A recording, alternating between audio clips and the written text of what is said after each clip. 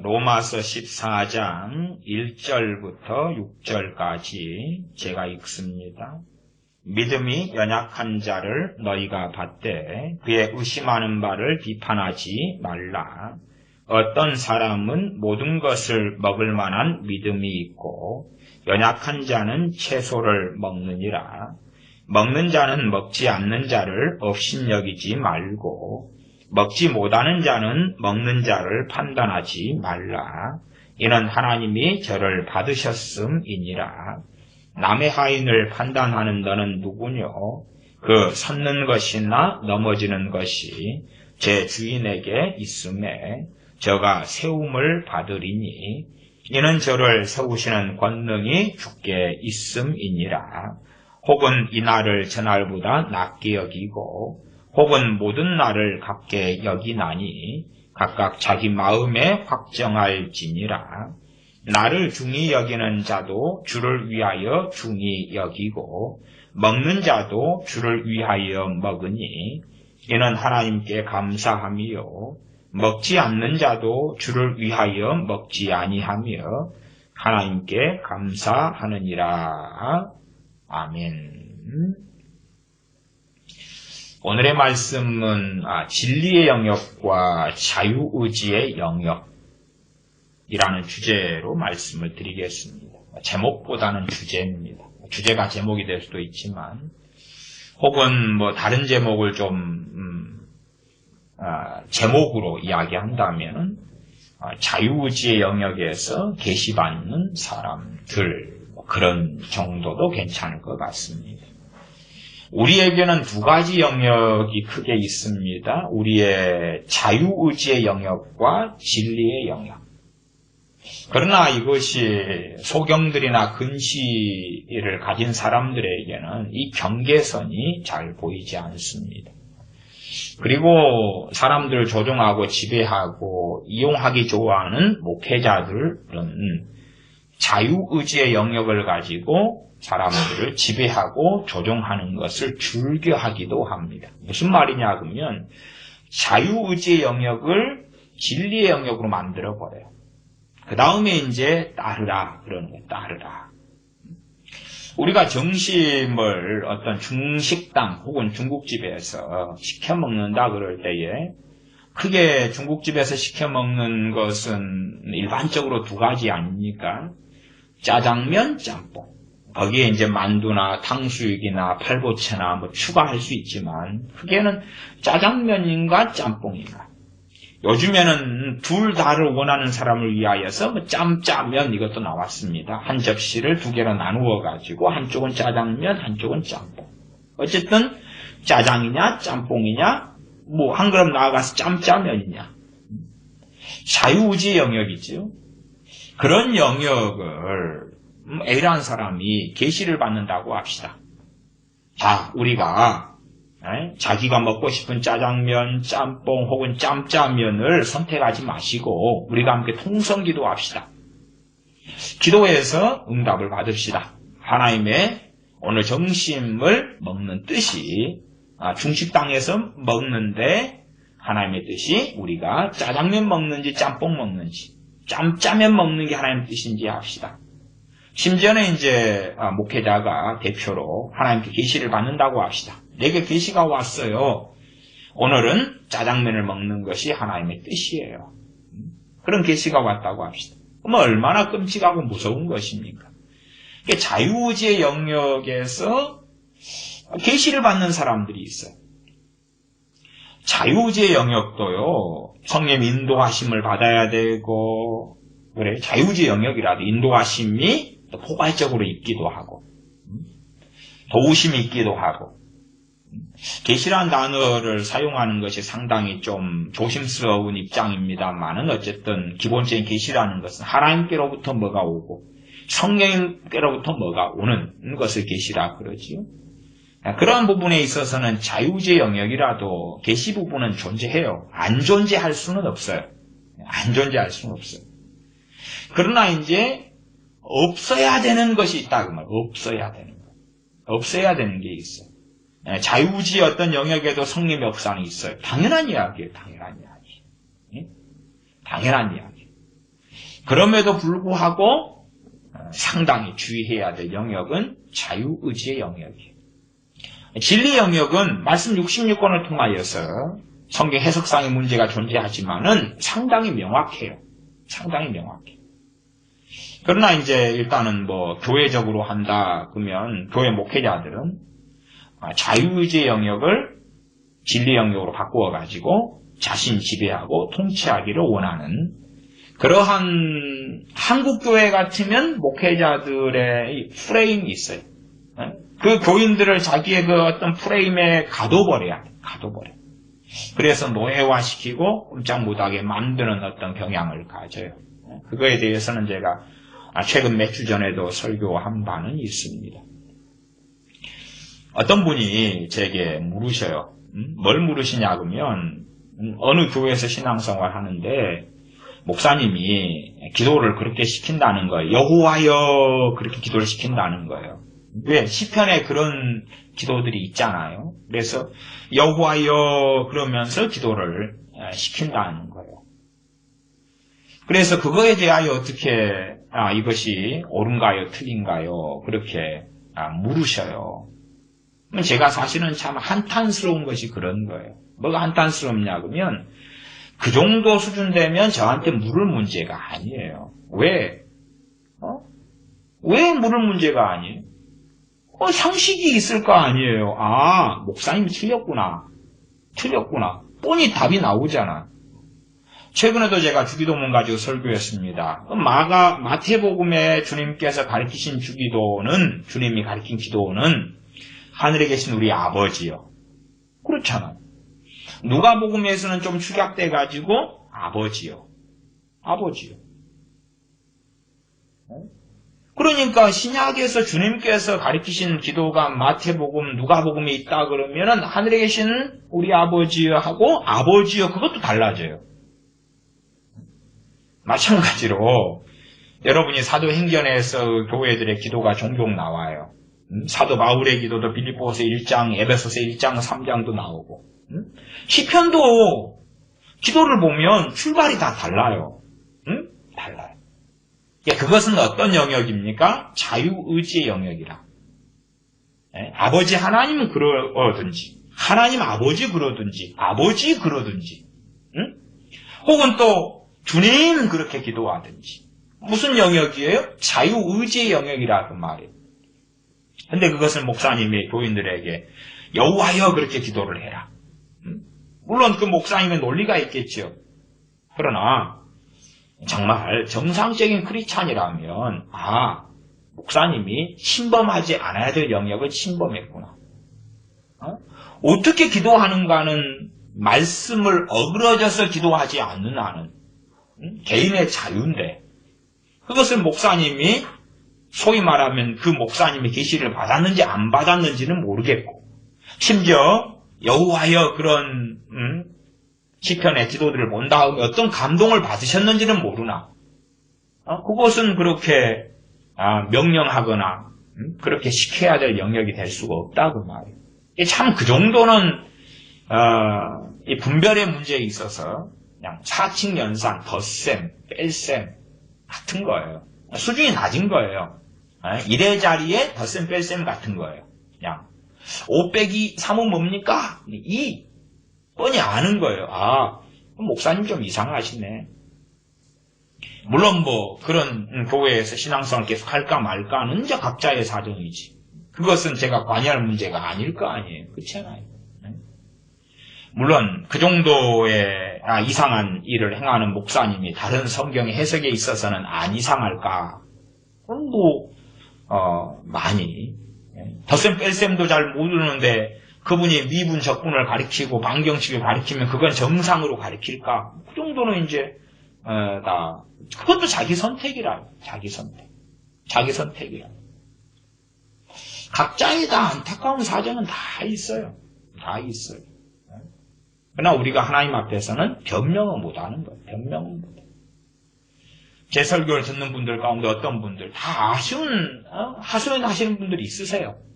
예를 들어서 시골에 사시는데 시골에 교회 하나밖에 없어요. 시골에 갈 데가 없어요. 그거 하나밖에 없어요. 목사님 이상한 설교를 하셔요. 나는 갈 데가 없어요. 그래요. 그 다음에 외국에서 사세요. 한인교회 하나밖에 없어요. 근데 그 목사님이 WCC 한단 말이에요. 갈 때 그거 하나밖에 없어요. 그럼 나는 어떻게 해요? 나는 어떻게 해요? 아니 모르죠. 네? 그러나 외국에 가 사시는 것도 어느 지역에 가 사시는 것도 자기 자유의지로 한 거 아니에요. 다 한 거 아니에요. 그런 거에 있어서는 본인과 주님과의 관계지 거기에 제가 어떤 정답표를 어떻게 던져줘요. 최소한은 말씀하고 다른 길을 걸으면 안 돼요. 야, 내 목사님이 좌파 목사님이에요. 근데 단일교회가 이거 하나밖에 없거든요. 좌파 목사님이에요. 다른 부분은 다 괜찮아요. 근데 좌파네요, 목사님이. 저는 그런 분을 소경이라고 생각해요. 좌파 기독교인이 어떻게 나올 수 있죠? 그럼 미혹된 거예요. 미혹된 사람이 다른 부분은 다 괜찮아요. 좌파네요. WCC를 반대하네요? 좌파네요. WCC 반대하니까 너무 좋아요. 좌파인데요. 아마 쪽파나 대파나 양파가 더 낫지 않을까요? 근데 단일교회가 여기밖에 없어요. 그건 저는 저하고 관련된 문제는 아니에요. 관련된 문제는 아니에요. 성경적으로 기독교인, 참된 기독교인은 좌파가 될 수 없는 거예요. 좌파가 될 수 있을런지 몰라요. 그것은 미혹돼 가지고 잠깐 얼마 동안. 그러나 계속하여 좌파로 남는다면 그 사람은 배교자일 수밖에 없는 거죠. 배교자일 수밖에 없잖아요. 성경은 평등을 이야기하지 않아요. 성경은 악인과 하나 되는 그 악함 속에 들어가라고 말씀하지 않아요. 좌파 목사다 그러면은 김정은과 사랑하고 하나 되는 악인의 편에 서는 건데. 그러는 이상한 목사가 나올 수 없잖아요. 그런 해석이 된다면 다른 성경들은 도대체 어떻게 해석했을 거냐 그 말이에요. 그러나 다른 성경 해석은 다 괜찮은데요. 이미 저는 그런 분도 미혹됐다고 생각해요. 미혹됐으니까 아니 이 사람이 좌파 목사 하나만 문제고 목사인데 좌파예요. 다른 건 다 잘해요 그러면 이상하잖아요. 너무 놀라운 일이잖아요. 그런 것도 교회를 어떻게 하든지 다 각자의 사연이 있고 다 문제가 있어요. 그건 제가 뭐라고 말씀드릴 수 있는 영역도 아니고 각자의 다 선택의 문제예요. 선택의 문제. 그런 부분에서 각자가 성령의 인도하심 따라 살아갈 수 있어요. 그러나 저 같은 목사가 성령님을 대신해 줄 수는 없잖아요. 최소한 우리가 진리 영역이 있고 자유의지 영역이 있구나. 이 두 가지 정도는 기억해야 되고 그 다음에 이제 많은 사람들이 뭘 좋아하냐 그러면 한국에 유행하는 거 있잖아요. 내로남불을 좋아해요. 내로남불. 성경도 마찬가지예요. 많은 사람들이 심지어 많은 목회자들이 내로남불을 시행해 왔어요. 그건 옛날부터 수십 년 전부터 목사들이 즐겨했던 것이 내로남불이에요. 내로남불. 말하자면 자기가 성경을 예를 들어 자유의지 영역을 진리 영역으로 끌고 와버려요. 그래가지고 이제 설교를 한다고 합시다. 그러면 그게 잘못됐으니까 사람들이 판단할 거 아니에요. 판단해요. 그렇지 않아요? 판단해요. 판단받아야 되고. 그러나 그 사람은 뭐라고 이야기하겠어요? 왜 성경 로마서 14장에 판단하지 말라 그랬는데 너희들은 나를 판단하느냐. 그건 판단받아야 되는 건데 판단하지 말라 그랬어. 왜 판단해? 심지어 나 주의 종이야. 왜 나를 판단해? 그게 내로남불이지. 아니 성경하고 다른 것을 이야기하면 판단받아야 되고 심지어 비판을 받아야 돼요. 받아야 돼요. 비판하지 않을 영역에 비판하는 건 죄고 판단하지 않을 영역에 판단하는 건 죄란 말이에요. 그러나 판단해야 될 것을 판단 안 하면 그것도 죄예요. 그래서 고린도전서에 뭐라고 말씀해요? 왜 교회가 저것을 판단하지 않느냐? 왜 저것을 판단해야 될 때 판단하지 않느냐? 라고 사도 바울은 고린도 교회를 책망한단 말이에요. 너희 중에 그 정도도 판단할 자들이 너희 가운데 없냐? 그렇게 실망하는 거예요. 그래서 과거에 제가 설교할 때도 분별과 판단 설교도 여러 편 했지만은 판단해야 될 때와 안 해야 될 때. 성경에 나오잖아요. 근데 성경 하나만 보는 거예요. 하나만. 판단하지 말라 하나만 보는 거예요. 지금 로마서 14장에 판단하지 말라는 말씀이 방금 읽은 본문에 있어요. 그것도 어느 문맥에서 이 말씀이 있느냐를 살펴야 하는 거예요. 어느 문맥에서. 그러나 완악한 자들일수록 성경을 갖다가 반대로 사용하면서 내로남불을 해요. 응? 교인들도 그렇고 목회자들도 그렇고. 일단은 로마서 14장 1절 6절까지 읽었는데 좀 읽어가 보겠습니다. 14장 1절입니다. 믿음이 연약한 자를 너희가 봤되 그의 의심하는 바를 비판하지 말라. 어떤 사람은 모든 것을 먹을 만한 믿음이 있고 연약한 자는 채소를 먹느니라. 이게 지금 당시의 상황을 가지고 사도 바울이 말씀을 증거하고 있는 거예요. 아마 요즘 시대에는 사람들이 잘 이해하지 못하는 이야기가 이 속에 충분히 많이 있을 거고 성경을 당시의 배경과 상황을 알지 못하면 잘 모를 수 있어요. 그러나 이 성경은 뭐 내가 성경 배경사를 더 공부해야 된다 그런 게 아니라 자충족성이 있어요. 로마서를 잘 읽다 보면 로마 교인들 가운데 크게 두 부류가 있다는 걸 알아요. 유대인과 헬라인들이, 로마인들, 헬라인들, 유대인들이 교회를 구성하고 있었구나. 그 다음에 생각해 보세요. 유대인들은 평생을 율법 속에 살았어요. 율법 가운데 하나가 뭐냐 그러면 음식법이에요. 부정한 것, 또 정한 것. 소위 말하면 우리식으로 하면 돼지고기 안 먹었다 그 말이에요. 돼지고기는 부정한 것. 돼지는 부정한 짐승 안 먹었어요. 그러면 내가 유대인으로서 이제 예수를 믿어서 로마 교회의 교인이 되었어요. 나는 평생을 배워왔어요. 이 부정한 돼지고기를 안 먹는 것을. 그리고 그렇게 양심이 만들어져 있어요. 만들어져 있어요. 그러면 돼지고기를 내가 먹는다는 것은 내 양심에 있어서 굉장한 꺼림을 가지고 올 거예요. 말하자면 유대인으로서 예수님 믿는 사람은 어지간한 사람, 사도 바울이나 이런 하나님의 사람들 얼마를 제외하고는 돼지고기 못 먹어요. 예수님 믿어도 못 먹어요. 우리같이 이방인으로서 믿음을 시작했고 어릴 때부터 막 한 20년 동안 정결한 짐승, 부정한 짐승, 정결한 것, 부정한 것, 이런 정결 예식, 정결법 그 속에 안 살아왔던 우리 같은 이방인들은 그냥 자연스럽게 어릴 때부터 삼겹살을 먹고 돼지 갈비를 먹고 돼지고기를 좋아하고 오히려 없어서 못 먹어요. 남이 먹는 거 보고 침을 흘리고 그런 것이지. 그런 부분에 있어서는 이미 믿기 전부터 예수님 믿기 전부터 자유로웠다 그 말이에요. 그래서 우리는 믿자마자 돼지고기를 자연스럽게 먹을 수 있어요. 왜? 주님 안에서 이제는 속된 것, 부정한 것 이것이 없어졌거든요. 이게 복음 중에 하나죠. 복음의 주 예수의 십자가로 인하여 우리가 누리는 은혜가 가볍게 이야기하면 돼지고기 먹을 수 있는 것, 삼겹살 먹을 수 있는 것 등이 된다 그 말이에요.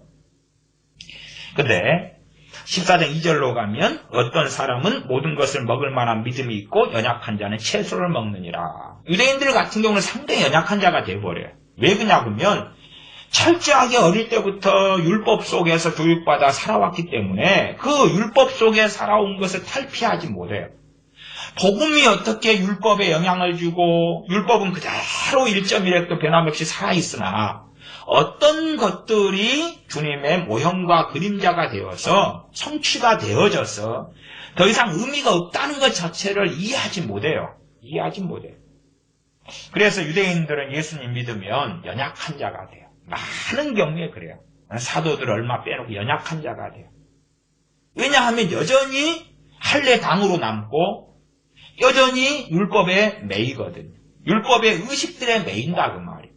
살인하지 말라, 도적질하지 말라, 거짓말하지 말라 그런 건 매여야 돼요. 지금도 우리는 매여야 돼요. 당연하게 하나님의 말씀이고 이건 주님께서 계속 하시는 말씀이기 때문에 십계명 5계명 같이 내 부모를 공경하라, 땅에서 잘 되고 장수하는 약속에는 첫 계명이다. 에베소서도 나온단 말이에요.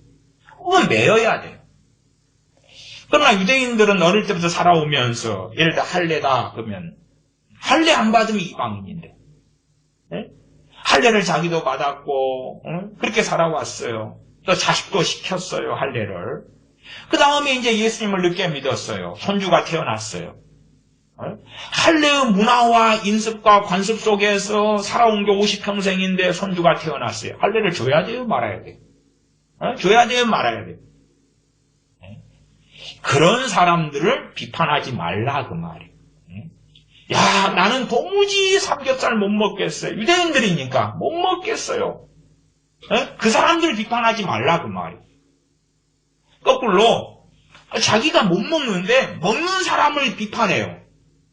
자기가 가진 율법의 의식법을 가지고서 너희들 왜 부정한 짐승 봐봐라. 성경 보여줄게. 레위기 보여줄게. 그거 돼지고기 그거 부정한 짐승이야. 왜 먹어?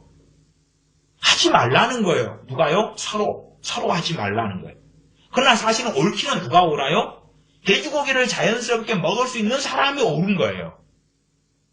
복음이 뭔지를 최소한 아니까. 아니, 복음이 뭔지를 알아서가 아니라 믿기 전부터 좋아해서 그러겠지요. 응? 믿기 전부터 좋아해서. 복음의 참된 의미를 알고 삼겹살을 먹는 건 아니란 말이에요. 응? 그러나 이제 유대인들이 삼겹살을 먹으려면 복음의 참된 의미를 알아야지만이 가능해지겠죠. 아니면 유대인인데 항상 딜레마를 가지고 있었어요. 왜냐하면 유대인인데 시험에 빠져서 어느 때 예수님 믿기 전에 삼겹살을 한 점 먹어봤어요. 너무나 기가 막히게 맛있는 거라. 문제는 유대인의 양심상 너무나 먹고 싶은데 먹을 수 없는 고통을 안고 30년을 살았어요. 그렇게 해서 한 40살에 이제 예수님을 믿게 되었어요. 그런 사람은 금방 삼겹살을 먹을 자유가 올 거 아니에요? 지금 그런 상황이에요. 크게는 지금 로마 교회 안에 유대인과 헬라인이 있는데 유대인들은 쉽지가 않아요. 율법의 최소한 의식을 벗어나는 게 쉽지 않아요. 율법의 의식들이 주 예수 그리스도의 십자가를 통하여 성취됐다는 것을 그 가운데 어떻게 이것이 풀어지는가를 이해하는 게 쉽지 않아요. 쉽지 않아요. 그래서 유대인들 가운데 상당수가 연약한 자가 되고야 말아요. 실제로 그래요. 실제로. 아니면 아주 독보적인 신앙과 믿음의 사람이 되든지. 왜? 벗어나려면 그리스도의 복음을 깊이 있게 이해해야 되거든요. 그래서 사도 바울 같은 사람이 나올 수가 있어요. 그러나 우리가 아시다시피 사도 바울의 동역자 실라 같은 경우는 예루살렘 교회에서 보낸 사람이지만 디모데 같은 경우는 아버지가 헬라인이고 어머니가 유대인이고 의사 누가 같은 경우 이런 경우처럼 동역자들 가운데 디도도 마찬가지 헬라인 디도잖아. 동역자들이 오히려 이방인이 더 많은 거예요. 어쩌다가 브루스길라 아굴라 부부가 있지만 브루스길라 아굴라 부부는 로마에서 핍박을 통해서 와가지고 만나잖아요. 유대에서 어릴 때부터 유대 관습 속에 자라온 사람들은 이걸 벗어나기가 쉽지 않은 거예요. 다시금 갈라디아 교회의 이 잘못된 그러한 형제들 잘못된 이 거짓 교사들처럼 갈라디아 교회들을 끌고 할례로 끌고 율법주의로 끌고 들어가려는 경향을 유대인들이 가져왔다 그 말이에요. 그런 상황 속에서 로마서 14장이에요. 14장. 그것은 성경의 자충격성이에요. 로마서를 잘 읽다 보면 그런 배경을 이해하게 돼요. 성경 배경사를 안 보더라도 주석을 안 보더라도 14장 3절 먹는 자는 먹지 않는 자를 업신여기지 말고 먹지 못하는 자는 먹는 자를 판단하지 말라. 먹는 거 이야기 나오면 당연히 구약의 레위기 같은 데서 이해할 수밖에 없는 거지. 도대체 뭘 먹는 건 뭘 안 먹는 걸 이야기해. 우리는 우리 문화에서 살기 때문에 우리 문화에서는 뭘 안 먹어? 뭘 먹어? 야, 개고기 안 먹을까? 그 정도. 그렇잖아요. 개고기. 야, 그거 곤란할 것 같은데. 또 아니면은 애들은 가 뱀 그럴 때 이제 뱀은 사실은 자연스럽게 여자들 같은 경우는 뱀 그러면은 야, 이건 좀 끔찍해. 무서워. 더러워. 그렇게 생각하니까 좀 더 자연스러웠겠죠. 그러나 이제 누가 A라는 사람이 뱀을 너무 크리스찬인데 좋아한다. 먹는다고 칩시다. 그러면 이제 안 먹는 사람이 뱀을 당신, 김 집사님 뱀을 그렇게 어떻게 맨날 먹어요? 좀 곤란한데? 그럴 수 있잖아요. 그런 부분에 있어서 먹는 것을 가지고 서로 먹는 사람이든 안 먹는 사람이든 비판하지 말아라. 판단하지 말아라. 정답은 뻔한 거예요. 정답은. 네? 정답. 일반적인 정답은 뭐예요? 자유가 있는 거예요. 자유가 있는 거예요. 이 자유를 이야기한 거예요. 자유가 있는 건데 자기가 아직 말씀을 이해하지 못해가지고 야 나는 그래도 내 양심상 돼지고기 못 먹겠어. 자 이제 그런 상황에서 자유의 부분이죠. 이런 상황에서 자 담임 목사님이 현대 교회 스타일로 할 때에 담임 목사님이 교회 뭐 축제 혹은 교회 모임, 교회 행사 뭐 20주년 기념 예배 마치고 돼지 바베큐, 통돼지 바베큐 해준다고 합시다. 그럴 수 있잖아요. 저도 신학대학원 다닐 때 통돼지 바베큐 굽는 알바도 했었어요. 그날 하루 종일 구워가지고 한 3만원 받았던가. 목사님들 통돼지 바베큐 이렇게 기계로 이렇게 돌리고 굽고 익은 부분 썰어드리고 목사님들 줄 서가지고 얻어먹고 저 통돼지 바베큐 굽는 알바를 했어요. 그러면은 어쨌든 뭐 한국은 상관없잖아요. 돼지 바베큐 너무 좋아해요. 목사님들 막 서로 달라들어요. 그냥 달라들어가 줄 서가지고 제 신학대학원생 때 목사님들 모임에서 바베큐를 막 썰어드렸어요. 알바 3만원에 모집하더라고요. 한 6시간 했나? 통돼지 2마리 구웠네, 2마리. 야, 늦게 구워지니까요, 이게. 시간도 오래 걸려. 한 2시간 만에 확 구워가지고 다 나눠주고 집에 가고 싶은데, 3만원 벌기 어려워요.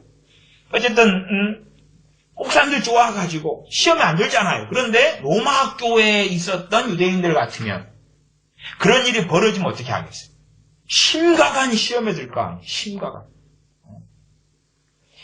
그래서, 이런 자유주의 영역이다. 그래도 그러기 때문에 예를 들어서 이런 로마교회 상황 같으면 목사님은 통돼지 바베큐를 교회의 어떤 모임과 뭐 잔치 때나 사용하면 안 되겠죠.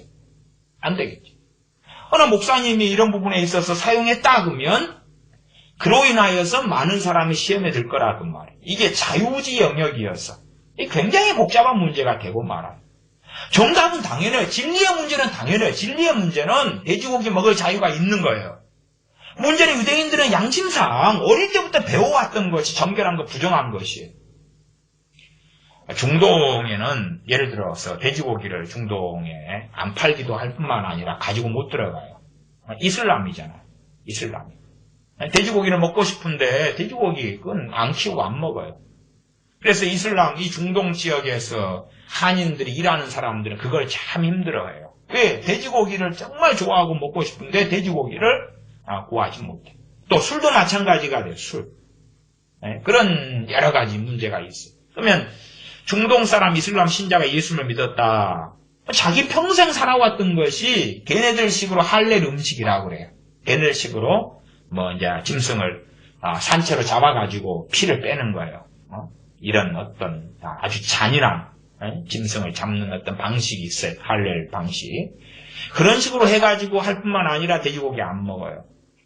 근데 그런 사람들에게 이런 문제로 쉽게 접근한다. 그렇다면 그런 사람들이 쉽게 벗어나지 못하지. 다시 말하면 더 중요한 진리의 문제라도 할지라도 사실은 그런 면에서 중요한 문제는 아니에요.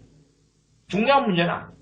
기다려줘야 되는 문제고 이것에 대하여서 14장 1절이 믿음이 연약한 자를 너희가 받되 그 말이에요. 그걸 강제 교정시켜가지고 야, 이 예수님 믿었잖아 너. 너가 어릴 때부터 돼지고기 안 먹는 걸로 너 이슬람에서 있으면서 세뇌되어 왔다 그래도 먹어도 돼. 자, 입 벌려봐. 삼겹살 쌈 싸줄게. 입 벌려. 안 벌려? 야, 잡아 쟤. 갖고 입을 쫙 벌리게 해서 강제로 삼겹살 상추에 싸가지고 입에 집어넣고 씹어.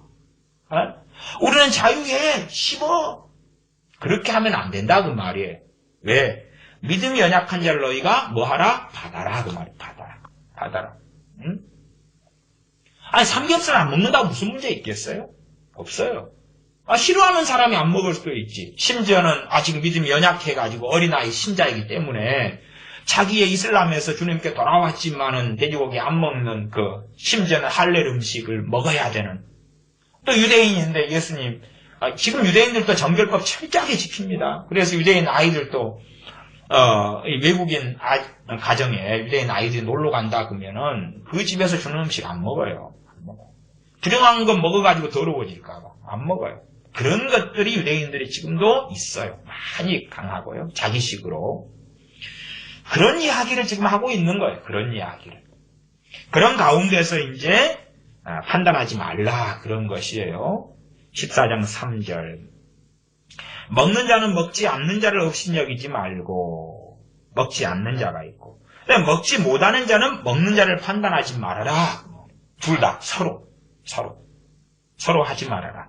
이런 하나님의 저를 받으셨음이니라. 이게 무슨 문제예요? 진리 영역하고 놀랍게 자유의지 영역하고 섞여 있는 거죠. 진리 영역은 주님으로 인하여서 돼지고기다 그러면 먹을 수 있다 그 말 진리죠. 그럼에도 불구하고 이 사람들은 믿음이 연약하기 때문에 지금 먹을 수 없는 중이에요. 그러니까 참아주고 기다려줘야 되는 부분이 생긴다 그 말이에요. 그래서 서로 판단하지 말아라. 서로 하지 말아라. 그 말 서로 하지 말아라. 분명히 먹는 사람들이 진리의 편에 서 있단 말이에요. 그치요? 삼겹살을 먹지 않는 사람들이 아직 과거의 인습과 과거의 자기의 종교적 전통 속에서 벗어나지 못하고 있는 거고 그런 진리 영역의 부분에 있다 할지라도 사실 용납해 주라고 이야기하는 거예요. 근데 진리 영역도 그런 문제가 생겨요. 진리 영역도 진리기 때문에 바로 해! 바로 따라! 그런 문제가 아니고 기다려주고 참아주고 용납해주고 왜냐하면 신앙과 믿음의 성장, 주님을 알아감과 진리를 알아감과 순종해감에 있어서는 각 사람들마다 시간이 많이 걸리고 어떤 사람은 A라는 죄가 있으면 벗어나는데 쉽게 벗어날 수 있는 사람이 있을 뿐만 아니라 어떤 사람은 A라는 죄가 굉장한 약점이 되기 때문에 쉽게 벗어나지 못하는 것도 많아요. 못하는 것도 많아요.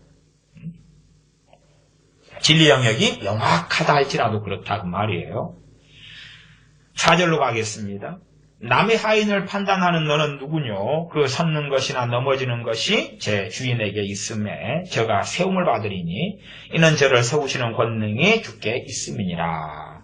그래서 판단하는 넌 누구뇨? 판단하지 말라 그 말이죠. 배경은 뭐예요? 기본적으로 음식을 먹느냐 먹지 않느냐. 그 다음에 이제 훨씬 중요한 문제로 넘어옵니다. 그게 5절입니다. 그래서 이 사이에가 판단의 이야기가 있는 거예요. 이 앞엔 이야기, 뒤엔 이야기를 함께 가지고. 앞에는 음식이 있었고, 그 다음에 14장 5절에는 날이 있어요. 날. 14장 5절. 5절 제가 읽습니다. 5절 6절이죠. 혹은 이 날을 저날보다 낮게 여기고 혹은 모든 날을 같게 여기나니 각각 자기 마음에 확정할지니라. 이 날을 저날보다 낮게 여기고 혹은 모든 날을 같게 여긴다. 모든 날을 같게 여긴다. 각각 자기 마음에 확정할지니라. 저는 이 둘 다를 다 믿어요. 저는 어떤 날을 어떤 날보다 더 낮게 여기는 것도 있고 그 다음에 모든 날을 같게 여기는 것도 있어요. 전 둘 다 가지고 있어요. 둘 다 스스로 확정지어서 있어요. 좀 어려운 이야기 같죠? 자, 유대인들 같은 경우는 제가 문제가 되는 게 뭐겠어요? 예배를 어느 날에 드려야 돼요? 안식일이단 말이에요. 안식일. 그러니까 로마에 있어 유대인들은 언제 예배를 드려야 돼요? 안식일이단 말이에요. 안식일. 심지어는 율법에 안식일을 지키지 않는 사람은 돌로 쳐서 죽여라 그랬어요. 그러면 그런 성경적으로 돌로 쳐 죽여라 하는 일이 혹 일어났고 벌어졌던 것을 자기가 목격했거나 안식일을 지키지 않고 범하는 사람을 직접 본 그 사람이 직접 돌로 쳐 죽였거나 주님 믿기 전에 그런 일이 자기가 있었다. 그런데 주님 믿어버렸다. 이 철저한 안식일을 이 사람은 지키려 할 거다 그 말이에요. 유대인으로서 예수님 믿은 사람. 그 사람에게는 어느 날이 제일 중요하겠어요? 첫째 안식일. 두 번째 월사. 당연하게 이제 성경의 절기들. 무교절, 유월절, 초막절, 칠칠절, 나팔절, 오순절. 절기들. 그 절기들마다 자기가 예를 들어서 이 오순절에도 베드로 사도가 설교할 때 3,000명이 돌아오고 그랬을 때가 언제입니까? 오순절에 전 세계 흩어진 사람들이 예루살렘에 와가지고 제사지내러 와가지고 베드로 사도가 전하는 복음을 듣고 회개하고 돌아온 거였단 말이에요. 그런 것처럼 외국에 살더라도 정말로 철저하게 율법 속에서 하나님을 섬기고자 했던 사람들은 그 돈 들이고 시간 들이고 그 여행에 먼 길을 해가지고 와서 예루살렘으로 갔다 그 말이에요. 또 갈릴리에서도 그 먼 여행길을 여관비 드리고 노숙해 가면서 예루살렘에 와가지고 절기를 보내고 하나님께 제사 드리고 예배 드리고 기도하고 갔다 그 말이에요. 그렇게 살아왔어요. 그렇게 50년을 살았다고 합시다. 예수님 믿었어요. 근데 그 절기들이 그렇게 중요해 이것을 쉽게 털어버릴 수 있어요? 없어요? 없다고 말이에요. 없어요. 없어요. 맥주절도 지킬 거고 오순절도 지킬 거고 오순절, 맥주절, 칠칠절이 같은 날입니다. 같은 날. 어쨌든 그렇게 할 거예요. 초막절도 지킬 거고 6월절도 지킬 거고 그렇게 할 거예요. 실제로 여러분이 성경에 보시면 사도행전에 보시면 참 딜레마가 되는 게 있어요. 자세히 성경을 안 보는 사람들 잘 모르실 거예요. 딜레마가 되는 것이 사실은 꽤 나와요. 그것이 이 이야기인데 미문의 안진뱅이를 베드로와 요한 사도가 고치지요. 뭐하러 가다가 고쳐요? 성전에 기도하러 가다가 고치지요. 자, 주님께서 이 땅에 오신 다음에는 그 헤롯 성전이 의미가 있어요? 없어요? 없지요. 그럼에도 불구하고 베드로와 요한 사도는 그 성전에 기도하러 가는 거예요. 아직은 다 탈피를 하지 못한 거예요. 아직은 다 탈피를 하지 못한 거예요. 그걸 가지고 비판할 것은 없다 그 말이에요. 그걸 가지고 비판할 것은 없는 거예요. 그런 요소들이 상당히 많아요. 상당히 많아요. 사도행전에 믿는 사람들, 초대교회 교인들 그런 요소들을 상당히 많이 가지고 있어요. 더군다나 그들이 유대인들이 없기 때문에 더 그래요. 그래서 이제 날의 문제가 생겨요. 이 날을 저날보다 낫게 여기고 혹은 모든 날을 같게 여기나니 각각 자기 마음에 확정할지니라. 누구 마음에 확정하라 그래요? 자기 마음. 자기 마음에 확정하라는 것은 이 영역이 어느 영역이라고 말씀하고 있는 거예요? 자유의지의 영역이라고 말씀하고 있는 거예요. 자유의지의 영역이라고 말씀하고 있는 거예요. 자기 마음에 확정하라는 것이. 이게 참 어려운 이야기입니다. 어쨌든 뭐 제가 자세하게 이 부분까지는 지금 오늘 설교 시간에는 설명하지 못합니다. 나아가서 또 과거에 제가 설교하면서는 많이 설교했습니다. 안식일 문제, 주일 문제. 그렇잖아요. 그러니까 우리 한국 사람으로서는 이제 이방인으로 예수님 믿었으니까 항상 어느 날 예배드려 왔어요. 주일이죠. 그래서 주일 성수 문제가 있었죠. 주일 성수. 주일 성수. 과거에 전에 고신 박윤선 박사님 있죠. 박윤선 박사님이 신학교 교수님으로 있다가 그분이 징계를 아주 크게 당한 일이 있어요. 옛날 일인데 그분의 친한 동료 한 분이 미국으로 돌아가게 됐어요. 근데 미국으로 돌아갈 때 과거에는 이제 주한미군의 군함 같은 거 돌아가는 배를 이용하고 그러거든요. 군함을. 선교사님이 돌아갈 때에 미국 군함을 타고 돌아가게 됐는데 미국 군함이 출항하고 하는 날이 하필이면 주일이었어요. 주일. 그것은 선교사님이 정할 수 있는 게 아니잖아요. 미국 군인들이 정하는 거니까. 미국 선교사님이 군함을 타고 돌아가게 됐는데 하필이면 주일이었어요. 그러니까 친한 동료 선교사님이어가지고 주일날 마중을 하러 갔어요. 그것이 들통이 나버렸어요. 재판을 받았어요. 총회에서 재판을 받았어요. 그리고 징계를 받았어요. 왜? 주일 성수를 안 했다고. 너 주일날로 선교사님 배웅하러 가면 안 됐어야 되는데 그걸 했다는 거예요. 주일 성수 그러면은 고신이나 그쪽 통합인 합동이나 굉장히 강경한 데는 과거에서부터 아주 강조를 많이 해왔고 사실은 80년대 한 중반까지만 해도 한국 교회들 어지간한 교회들이 주일 성수 해왔어요. 뭐 절반이나 절반 이상은 저는 주일 성수는 부정하지 않습니다. 참 애매한 이야기죠. 100%를 주일 성수 인정한다 그게 아니라 절반이나 절반 좀 넘게는 부정하지 않는다 그 말이에요. 왜냐 그러면 한국의 전통 속에서 우리는 살아왔기 때문에 그래요. 살아왔기 때문에. 그러나 극단적으로 과거에 로마가 전 세계에 강력한 제국이 돼가지고 소위 말하면 뭐 태양신을 섬기는 날 등등을 해가지고 주일날을 쉬는 날로 만들었어요. 그러니까 우리가 주일에 쉬니까 주일에 모여서 예배드리고 하나님을 섬기기 최고 좋아요. 괜찮아요. 근데 이제 혹은 어느 때 돼가지고 뭐 적그리스도가 그러든지 누가 그러든지 간에 쉬는 날을 월요일로 바꿔버린다. 그리고 주일날이 일하는 날로 바꿔버린다. 소위 일요일을 일하는 날로 바꿔버리고 그 다음에 월요일을 빨간 날로 쉬는 날로 바꿔버린다. 그렇다면 그런 환경 속에서는 저 같은 사람이 목사로 그때도 있다. 그러면은 저는 두 가지를 고소할 것 같아요. 그러면 주일날에 일 끝나고 와서 밤에 모입시다. 하나 가고 월요일날 쉬니까 월요일날을 주일로 삼아서 예배 드립시다. 월요일을 주님께 드립시다. 이날 자유롭게 쉬고 빨간 날로 정권이 만들어가지고 그날 쉴 수밖에 없으니까. 그런데 우리가 예를 들어서 뭐 안식교처럼 극단적으로 안식교는 그거예요. 자유의지의 영역을 뭘로 끌고 온 거예요? 진리 영역 끌고 온 거예요. 그러니까 걔네들은 안식일에 예배 안 드리면 죄 짓는 거다. 그래서 이단이 되는 거예요. 물론 안식교가 안식일 문제만 가지고 이단인 건 아니에요. 훨씬 더 복잡하고 많은 다양한 교리적인 문제가 있습니다. 그러나 최소한 이제 안식일이다 그러면은 안식일의 절대성을 만든 거예요. 안식일의 절대성을 만들었어요. 오히려 유대인들이 안식일을 쉽게 벗어나지 못해요. 당시에 로마 교회의 어떤 과거의 사료들 같은 경우는 제가 과거에 어떻는지 지금은 기억이 다 안 납니다. 뭐 나중에 유세비우스 교회사나 그런 것을 좀 더 살펴봐야 될 생각인 것 같습니다. 많은 뭐 크게 공부 하나마나. 그러나 유대인들과 헬라인이 둘이 있었을 때 이제 이 복잡한 문제예요. 이게 복잡한 문제. 유대인들은 어느 때 모여서 예배하기를 원해요? 안식일에 토요일 날에. 안식일 토요일 날에.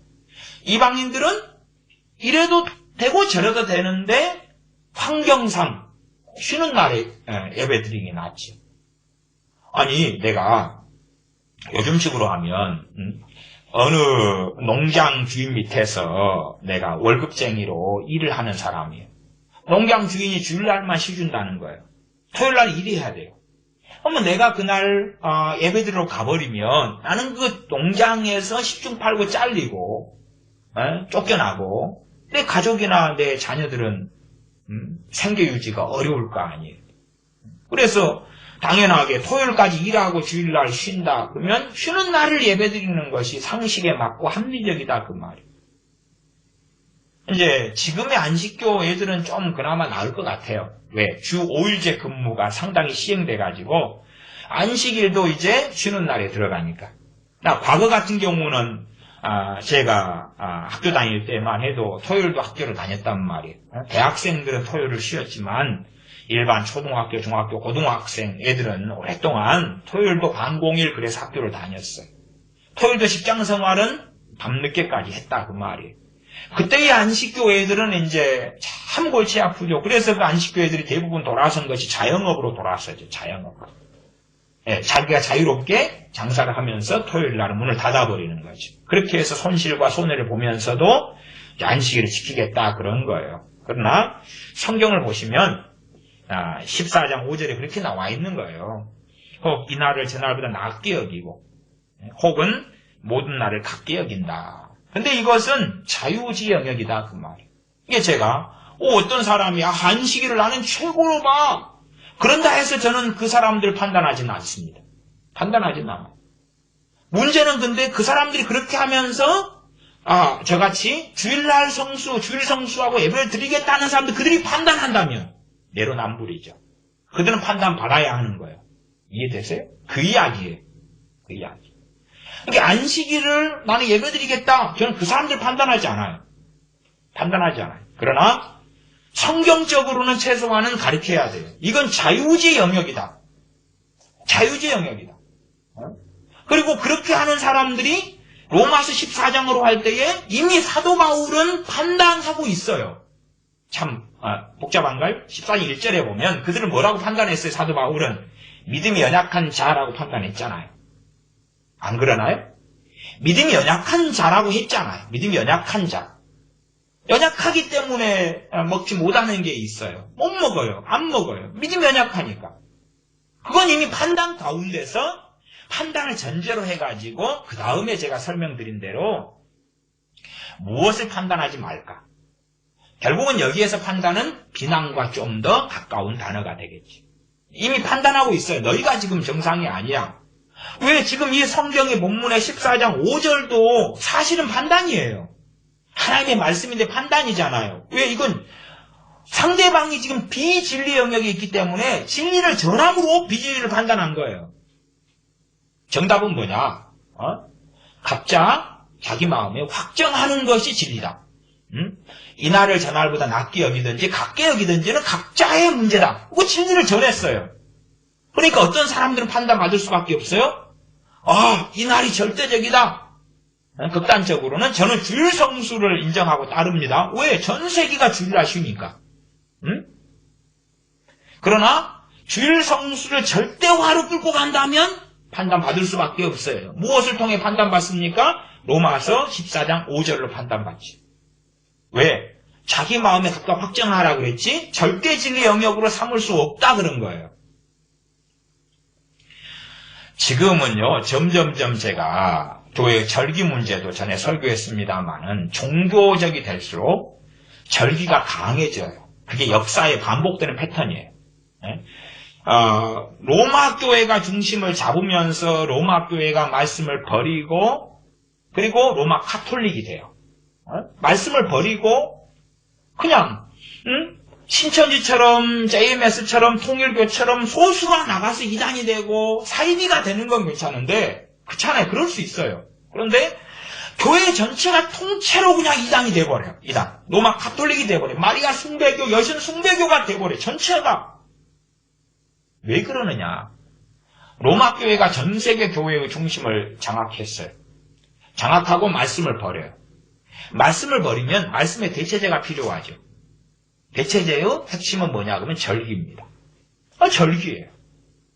그래서 로마 카톨릭은 끊임없이 절기를 만들어냈습니다. 끊임없이 절기를 만들어내요.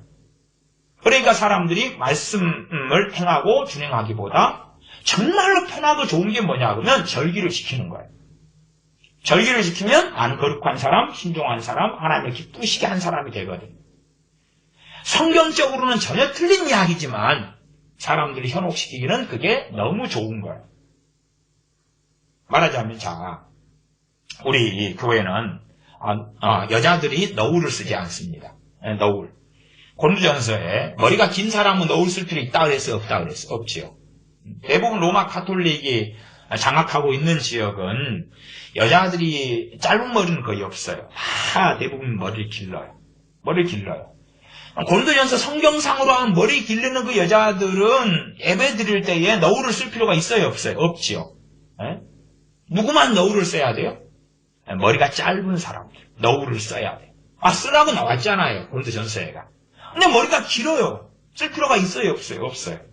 심지어는 머리가 짧고 긴 기준은 역사적으로 다 달라져요. 다 달라져요. 제 어릴 때는 장발이, 저도 초등학교 옛날 사진 보면 머리가 이렇게 길었어요. 그때 다 길었거든요. 장발. 그것이 요즘에 여자들의 머리 어떤 길이 정도인 경우도 많아요. 요즘에는 그런 남자들 거의 없어요. 이상한 그런 친구들 빼놓고는 과거에 장발처럼 하는 사람은 없어요. 깔끔하게 자르죠. 그러면 생각해 보세요. 자, 내가 머리에 너울을 쓰고 소위 미사라는 어떤 걸 참석한다. 그러면 내가 뭔가를 한 것 같잖아. 이걸 쓴 것하고 안 쓴 것의 차이가 크겠어요? 적겠어요? 심리적으로, 마음적으로 상당히 커요. 쓰면 뭔가를 한 것 같아요. 십자성호를 그어요. 그으면 안 그은 것하고 차이가 굉장히 크게 느껴져요. 또 로마 카톨릭의 성당에 들어가게 되면 입구에가 성수를 놔둬요. 성수라는 게 물 잔처럼 만들어가지고 기둥 세워서 거기에 물을 놔두고 이 물을 이제 찍어서 자기를 정결하게 해요. 로마 카톨릭이. 여러분이 카톨릭 성당에 구경해 보세요. 보면 그 앞에가 있어요. 근데 한국 같으면 겨울이 슬퍼요. 왜? 꽁꽁 얼어버리거든. 꽁꽁 얼어버리니까 이걸 다 치워요. 겨울에는 쓸 수가 없어요. 쓸 수가 없어. 꽁꽁 얼어버리는데 뭐. 그 다음에 과거에 러시아 정교회가 생겼던 문제가 있죠. 러시아 정교회가 얘네들이 딜레마에 빠졌어요. 왜 딜레마에 빠졌냐 그러면 정교회 총회 때 어떤 안건이 올라왔냐 그러면 거기가 똥파리가 빠졌단 말이에요. 똥파리가 빠진 안건이 올라왔어요. 물론 그전에도 똥파리가 빠진 일들이 있었으나 안건까지 올리진 않았어요. 러시아 정교회에서. 지금 러시아가 그때에 그것 가지고 러시아 정교회가 개싸움을 총회에서 할 때에 그때 볼셰비키 혁명이 일어나서 러시아가 소련 됐을 때거든요. 그때 이제 똥파리가 빠진 걸 가지고 안건을 올렸어요. 자, 이 성수회가 걔들도 정교회나 뭐 카톨릭이나 이것은 동방정교, 서방정교 그러기 때문에 그냥 같아요. 큰 차이가 없어요. 근데 이 정교회 애들이 그 성수를 쓰는데 똥파리가 빠졌어요. 그래서 그걸 안건을 올렸을 때에 어떤 안건을 올렸냐 그러면 똥파리고 이건 성수잖아요. 성수는 뭐 하는 거예요? 더러운 것을 깨끗하게 하는 물이란 말이에요. 그렇죠? 똥파리는 더럽지요. 빠졌어요. 그러면 이 벙벙하게 차 있는 성수가 똥파리를 거룩하게 했냐? 아니면 이 더러운 똥파리 때문에 이 성수가 더러워졌기 때문에 성수를 버려야 되냐? 전문 용어로 해골아픈 이야기죠. 아니, 성수 왜 발라요? 사람한테 발이야. 내가 더럽잖아. 더러우니까 이걸 찍어 발라서 성부와 성자와 성령의 이름으로 아멘. 그리고 깨끗게 됐네. 그리고 들어간단 말이에요. 근데 똥파리가 스스로 빠졌어. 스스로 빠졌어요. 거룩해지려고 빠졌는가? 빠졌어요. 다 거기서 꽤 죽었네. 이 똥파리는 거룩한가? 문제가 되는 거예요. 그리고 이 똥파리가, 이 더러운 똥파리가 성수에 빠짐으로 이 성수는 더러워졌는가? 그대로 거룩함을 가지고 있는가? 그래가지고 8일인가 싸웠다 그래요. 8일. 그래가지고 소련이 됐어요. 뭐 정교 애들이야 뭐 이단이고 사입이기 때문에 두말할 건 없습니다만은 이 성수를 내가 찍어 바를 때 뭔가를 한 것 같잖아요. 그렇죠? 안 바르면. 그래서 사람들이 카톨릭에 몰려드는 거예요. 전 세계 인구 가운데서 이 이슬람이 있습니다만은 카톨릭이 카톨릭과 기독교라는 전 세계의 어떤 통계상으로 볼 때는 한 23억에서 24억 명이 개신교, 로마 카톨릭, 그다음 정교회, 그 다음에 이제 여러 가지 이렇게 해서 한 24억 명, 3, 4억 명 정도가 카톨릭 포함해서 기독교로 전 세계 인구 비율로는 높습니다. 그 가운데 이 개신교는 한 7억 정도 되고, 그 다음에 카톨릭이 한 11억, 12억 나와요. 11억 넘게 나와요. 그러니까 개신교보다 누가 많아요? 카톨릭이 더 많아요. 카톨릭이 많아요. 한국 같은 경우도 얼마나 카톨릭이 부흥했습니까? 그래서 카톨릭 굉장히 부흥해서 요즘에는 한 500만 이렇게 나오나요? 과거에 몇만 안 되던 데서 흡수억이 부흥해서 한국교회 반절 이쪽으로 따라왔습니다. 왜냐하면 이 예식들이 있기 때문에 예식들이 있으면 내가 밖에 나가서 내 멋대로 살고 정욕대로 살고 도둑질하고 사기쳐도 뭐 하면 돼요? 이 성수 이렇게 다 뿌리면 되고, 그 다음에 너울 쓰면, 여자면 너울을 쓰면 되고, 지하에 가면 지하마다 고해성사실이 있어요. 고해성사하면 되고. 고해성사하면, 당신이 이런 일 했기 때문에, 이렇게, 당신 죄를 사하는데 보석도 하셔야 됩니다. 보석이 있어, 보석. 여기, 마리아상 앞에 가서, 촛불 켜놓고, 이렇게, 4주 동안 기도하십시오. 그럼 보석을 명해요. 값을 지불하라 그 말이에요. 지불하라. 또 아니면 청소를 어디를 하고 자원봉사를 어디 꼭 교통에 내가 벌점이 많이 나왔을 때 하는 거 있잖아요. 피켓 들고 하는 것처럼 그런 것을 이제 신부들이 명을 해요. 그런 것을 해요. 그러나 얼마나 그게 좋고 편해요. 그래서 카톨릭이 인기가 많은 거예요. 뭐가 있으니까요? 그걸 저는 총칭해서 절기라고 이야기하는 거예요. 절기라고 이야기. 그런 행위들이 있기 때문에 문제 없어요. 내가 양심에 심하게 걸리면 고해성사 한번 하러 가면 되고, 성부와 성자와 성령의 이름으로 너희 죄를 사하노라. 그 다음에 그것도 다 양심이 안 풀리니까 내가 고아원 봉사, 고아원 청소해주러 한 달, 일주일에 한 번씩 4번 하면 됐다 이렇게 해주는 거예요. 그 다음에 어지간히 약한 것은 성수 좀 뿌리면 되는 거예요. 성당에 들어갈 때 뿌리고, 한 번 들어가서 안 되면 매일 저녁에 소위 말하면 기도하러 가면 될 거 아니에요. 매일 저녁에 들어가면서 뿌리고 덮고 뿌리고 덮고. 그 다음에 이제 묵주가 있잖아요. 묵주, 염주 같은 거예요. 그거 갖다가 이제 돌리면 되는, 이걸 한 바퀴씩 돌릴 때마다 상급이 쌓이는 거예요. 이게 천주교의 믿음이 그래요. 그러니까 이런 걸 돌리는 거예요. 그걸 절기라 그래요. 절기 속에 제가 통칭에 넣는 거예요. 이렇게. 교회가 타락해 갈수록 그런 것이 먼저 말씀을 대체하는 거예요. 대체. 한국교회 절기 문제도 제가 말씀드렸죠. 지금이 이제 사순절 기간이잖아요. 그럼 사순절 기간이기 때문에 뭘 해요? 뭘 해? 주님은 변하셔요? 안 변하셔요? 안 변하죠. 안 변해. 사순절이라는 거 특별히 만들어내요. 그리고 그때 이제 사순절에 해당하는 뭔가 행사도 하고 뭣도 해요. 사순절 지나면 뭐가 와요? 고난주간 찾아오죠. 고난주간에는 이제 얼마나 아프셨나. 그리고 울고 금요일쯤 되면 금식도 좀 해주고. 그 다음에 그 슬퍼하고 우는 기간을 고난주간 한 6일을 해주고 월부터 토요일까지. 그 다음에 주일 되면 이제 부활절이기 때문에 방긋방긋 싱글벙글 쇼. 그러면 내가 6일 동안 슬퍼했어요. 주님의 고난 때문에 슬퍼했어요. 금식도 했어요. 커피도 좀 안 마시고 인터넷도 좀 안 쓰고 모바일 금식도 좀 하고 밥도 좀 굶고 얼마나 아프셨나. 못 박힌 그 손과 발. 뭐가 충족이 되잖아요. 하나님을 섬긴 것 같잖아요. 하나님을 경외한 것 같잖아요. 주님의 십자가의 고난을 생각을 해요. 6일 동안 생각해요. 주님의 부활절 하루 동안 생각해요. 그 다음에 이제 부활절 지나면 뭐 준비해야 돼요? 오순절 준비해야지. 곧 오순절 찾아와, 성령 강림절 찾아와, 헌금 몽투도 준비하고, 성령이 오소서 불길 같은 성신여 간구하는 우리에게.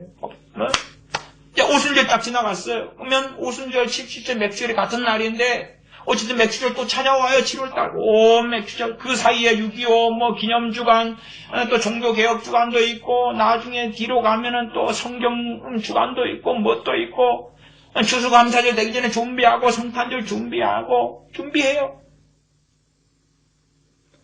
절기로 점점 깊이 들어가죠. 그것만이 아니라 각 교회들마다 신년 되면은 재직 수련회 하지, 그 다음에 부흥 집회 하지, 봄 되면 봄철 대신방 하지, 봄철 또, 하지, 전도, 축제? 그런 거, 봄, 가을, 그런 거 하지. 각 교회들마다 정해놓은, 날들이 있다는 말이에요. 문제는 이것이, 각자의 자유의 영역인데, 이제 교회는 뭘로 만들었어요? 절대의 영역, 진리 영역으로 만들었다 그 말. 그러니까 이 복잡해지는 거예요. 복잡해지는 거예요. 그런 문제가 계속하여서 생겨나는 거예요. 목사들은 자기가 믿고 생각하는 이 자유의 영역을 각각 자기 마음에 확정할지니라 그래서 이제 목사가 확정을 했겠지요. 그렇죠? 확정해서 자기 혼자 믿는 건 좋은데 문제는 교회 공동체 전체에 적용을 하는 거예요. 전체에 적용을 해요. 그리고 따르는 거예요. 교회 전체가 그렇게 안 하면 정죄감, 죄책감을 심어주죠. 설교를 통해서. 그래서 이게 진리 영역인지 자유지 영역인지 완전히 짬뽕하고 혼합하고 섞어버리는 거예요. 교회를 건축한다고 합시다. 정확하게는 예배당 건축입니다. 예배드릴 장소를 짓는 것입니다. 예배당 건축이에요. 그러면 예배당 건축은 할 수 있어요. 해도 돼요. 그걸 누가 말리겠어요. 한다는데 자유지 영역이다 그 말이에요. 그러면 예배당 건축을 한다 그러면 예배당 건축에 대하여 기본적으로 일반적으로는 담임 목사가 정하는 것은 곤란해요. 왜? 자유지 영역이니까 이 교인들 전체가 모여서 회의하고 논의해야 돼요. 예배당 건축이 꼭 필요한가? 말하자면은 지금 현재 예배드리는 예배당이 200명 앉을 수 있는 곳인데, 지금 자리가 50명밖에 안 앉아있다. 지을 필요가 없잖아요. 바보 멍청이 아니고 그걸 뭐 하려고 지어요? 심지어는, 이 200명 앉을 자리가 되는데 지금 180명이 찼다. 그래도 이제 180명 차면 와, 믿음으로 더 많아질 거야. 20명밖에 자리 안 남았네. 세우자. 그러나 더 많아지면 가운데상 주변에 앉으면 되고. 그렇잖아요. 앉을 자리 만들 수 있고 간단하게는 2부 예배 드리면 2배로 늘어나네. 그렇지 않나요? 그러니까 그런 상식적인 것을 가지고 의논을 해야 된단 말이에요. 의논을 해야 돼. 근데 보통은 예배당을 짓는다 그러면 담임 목사가 계시를 받아. 계시를 받아. 감동을 받아. 그래가지고 선포를 하는 거예요. 이게 하나님께로부터 왔다고. 고통스러운 거죠. 누가 고통스럽냐 그러면 교인들이 고통스러운 거예요. 뭐 그런 교회에서 나오라 안 나오라 그건 다 각자가 알아서 하는 문제지요. 자꾸 떼놓고 나면 갈 교회도 없어요. 갈 교회도 없어. 그런 것을 이제 용납할 수 있으면 용납하시고 그렇잖아요. 그 말하자면 믿음이 연약한 자를 너희가 봤대. 연약한 자가 목사가 되는 게 문제지. 목사가 되는 게 문제지. 용납할 건 용납하시고. 그러나 성경적으로 틀린 건 틀린 거고 맞는 건 맞는 거예요. 그러니까 이미 성경에서는요, 진리를 전하고 있어요. 진리를 전하고 있어요. 진리를 전하고 있는 걸 이야기하는 것이 그것과 상대방이 틀리다 해서 그걸 비판하고 판단한 게 아니에요. 이미 판단받을 짓을 한 거지. 에? 그러나 내로남불이 되면 내가 하는 것을 부정하면 안 돼. 이건 자유 영역인데 이걸 내가 진리 영역으로 만들었는데 왜 시비 걸어? 내 맘이지. 그것은 목사가 교주가 돼 있는 거예요. 교주가. 예배당 건축을 하려면 의논을 해야지. 교인들하고 상의를 해야지. 의논하고 상의하고 토론하고. 그래서 정말 건축하는 게 필요하다. 그 다음에는 당연하게 주님께서 비유를 드신 대로 전쟁을 하려면 망대를 지으려면 예산이 중요하다. 전쟁하려면 적이 센지 우리가 센지 세면 싸우고 우리가 약하면 화친을 맺어야지. 주님이 말씀하셨잖아요. 그런 것처럼 아니 이걸 짓는데 10억이 들어가는데 우리가 교회가 가진 재정과 예산이 1억밖에 없다. 그럼 바보 멍청이 아니고 왜 지어요 그걸?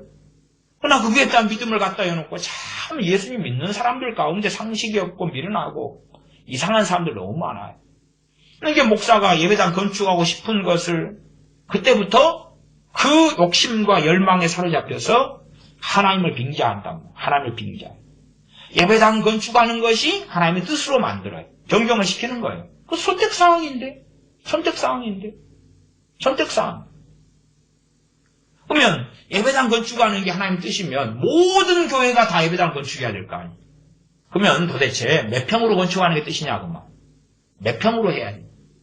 아니면 동네가 다를 거 아니에요. 동네가. 어느 동네에 하는 게 뜻이냐고 말이에요. 누구는 서울 강남이고 누구는 이제 경기도 어디고 누구는 뭐 포천이고 누구는 화순이고 누구는 어디냐 그 말이에요. 그것도 다 계시받지. 한도 끝도 없는 거예요. 그럼 예배당에 건축 도면도 계시받지. 건축하는 것만 계시받아? 도면도 계시받아. 그래서 건축 도면도 계시받았다는 목사들 많습니다. 많아. 그런 거 듣고도 와 우리 목사님 신령하다. 내가 그런 목사님 비판하는 게 아니고 성경이 그러면 안 된다 그런 거예요. 그것이 자유의지 영역이기 때문에 그래요. 자유의지 영역이니까 교인들이 회의해가지고 그리고 정상적으로 모사가 많으면 경영이 성립하는 거죠. 모사가 뭐예요? 그쪽에 지혜로운 사람들이 이야기해야 되는 거예요. 지금 경제 상황, 나라 상황 볼 때에 목사님은 지금 교인이 더 늘어가지고 헌금이 더 늘어가가지고 빚내가지고 지어도 갚아질 거라고 생각하지만 목사님 내가 부동산 업자인데 지금 상황 심각합니다 목사님. 빚내가지고 지금 건축할 때 아니에요. 그리고 이제 모사가 이야기하는 거예요. 자기 전문 분야니까 모사가 이야기하는 거예요. 그 다음에 목사님 저쪽 우리 동네 이쪽 말고 저쪽에 지금 신도시가 개발돼요. 그러니까 여기에 지으면은 사람들이 신도시 개발되면 저쪽으로 다 이사 가버리거든요. 여기 사람 텅 비어요. 있는 교인도 이사 가고 떠날 거예요, 목사님. 여기 지으면 안 돼요. 지으려고 하면 최소한 신도시 저리 갑시다. 뭐 군다든지. 뭐 이런 뭔가가 있어가지고 의논되어서 해야 되는 자유주의 영역을 계시를 받아버리면 어떻게 하겠냐고 말이에요. 교회 목회자들마다 교회를 성장시키기 위하여 프로그램을 사용합니다. 프로그램 뭐예요? 그 자유의지 영역이거든. 프로그램. 셀 프로그램, 셀 교회 끌고 들어왔다. 그건 뭐예요? 그 절대 영역 아니에요. 절대 영역이고 진리 영역이면 모든 교회가 셀 프로그램을 끌고 와야 되고 안 하는 교회는 죄가 될 거예요. 그렇지 않나요? 그렇게 따지면 예루살렘 교회 셀 프로그램 했어요? 안 했어요? 안 했으니까 죄 지었네? 로마 교회 했어요? 안 했어요? 안 했으니까 죄 지었네? 자유의지의 영역이고 선택의 영역을 목사가 이제 꽂히는 거예요. 나 셀 프로그램에 꽂혔어. 마음이 동화돼. 셀 프로그램에 대한 세미나 갔더니 컨퍼런스 갔더니 그것만 하면 교회가 성장하고 늘어갈 것 같네. 그러니까 해야 돼. 계시 받았어. 기도응답 받았어. 교인들이요. 셀 프로그램 해야 돼요. 이건 하나님께서 우리 교회를 향한 뜻이요. 그럼 뭐예요? 자유의지 영역을 진리 영역으로 만들어버린 거잖아요. 그런 교회에 나오라 안 나오라 그건 제가 말할 문제가 아니죠. 믿음이 연약한 셀 교회를 하는 것을 진리 영역이 아니라 자유의지 영역인데 저렇게 꼭 돼지고기 사건처럼 저렇게 하는 목사님을 내가 용납해야지. 용납하시면 되는 거고. 그러나 최소한 말씀을 통해서 똥인지 된장인지는 구분을 하고 있어야 된다. 똥인지 된장인지는 구분해야 되는 거예요. 구분해야 돼. 그걸 구분하지 못하면 어떻게 되겠어요? 과거에 주로 이제 금요일날 철야기도 같은 것이 생길 그 원인과 중심이 여의도 순복음교회였어요. 철야기도 금요일날 생겼을 때에 여의도 순복음교회가 금요일날 철야기도를 할 때에 한국교회가 전반적으로 비난하고 정죄하고 공격했어요. 왜냐하면 없었으니까. 없는 걸 쟤들이 모여가지고 금요일날 철야기도를 하니까 밤에 장사꾼들 뭐하는 사람들 밤 8시 10시 가가지고 밤새워서 기도해요. 여의도 순복음교회가. 그러니까 저 미친 사람들, 저 미친놈들 그랬단 말이. 근데 이제 어쨌든 한국교회 목사들 좋아하는 것이 부흥이잖아요. 그래서 이리저리 따져보니까 지금 여의도 순복음교회가 지금 알려지는 게 제가 알아보니까 80만 명이더라고요. 지금 80만 명. 그러니까 그때 이제 그렇게 하면서 교회가 급속도로 성장했어요. 원인이 그래도 상당히 많은 원인 중에 하나가 금요 철야기도라고 이야기를 해요. 어쨌든 믿거나 말거나인데 저도 동의하는 부분이 있어요. 어쨌든 이제 여의도 순복음교회가 상당히 막 성장하니까 막 손가락질하는 한국교회 대다수가 손가락질했어요. 당시 한 80, 90% 이상의 목사님들이 그렇게 했어요. 손가락질하고 막 욕하다가 도입에 들어왔어요. 그래서 그때 당시에는 금요 철야기도 혹은 금요기도회라는 것이 뭐였어요? 우리에게는 가치 없는 날이야. 금요일은 가치가 없어. 이제 그걸 도입에 들어오면서 주님이 금요일날 고난받았잖아. 이거다가 탁 붙여가지고 이 날이 정말 금요일날 철야기도가 중요한 날인 것처럼 팍 바꿔보자. 합리화를 시켜버리자. 이렇게 작전을 짜는 거예요. 전략을 짜는 거예요. 금요일날 모여 기도하게. 기도하고 모이는 거 좋잖아요. 근데 그들이 먼저 했던 짓은 있잖아요. 아니야. 얼레리 꼴레리 아니야. 그랬잖아요. 우리나라 같이 새벽 예배를 드리는 이런 교회가 전 세계 교회에 거의 없습니다. 거의 없다. 그런데 새벽 예배라는 것이 종교 계획자들이 시작했던 것도 아니고 혹은 다윗이 내가 새벽을 깨우리로다 긋는데 그 얼마의 기간 동안 다윗이 새벽이나 기도한 건 맞으나 항상 그런 건 아니에요. 또 아니에요. 새벽 기도라는 거, 새벽 예배라는 거, 새벽 기도인데 이 새벽 기도는 일제시대에 만들어진 거죠. 일제시대에 평양대부흥에 쓰임받았던 길선주 장로님, 나중에 목사님이 되셨죠. 길선주 목사님이 만든 거죠. 그래가지고 이제 한국교회 전체가 퍼졌어요. 평양 장대현 교회에서 시작된 거지. 그러면 그전에는 그것이 환영받고 쉬웠겠냐 그 말이에요.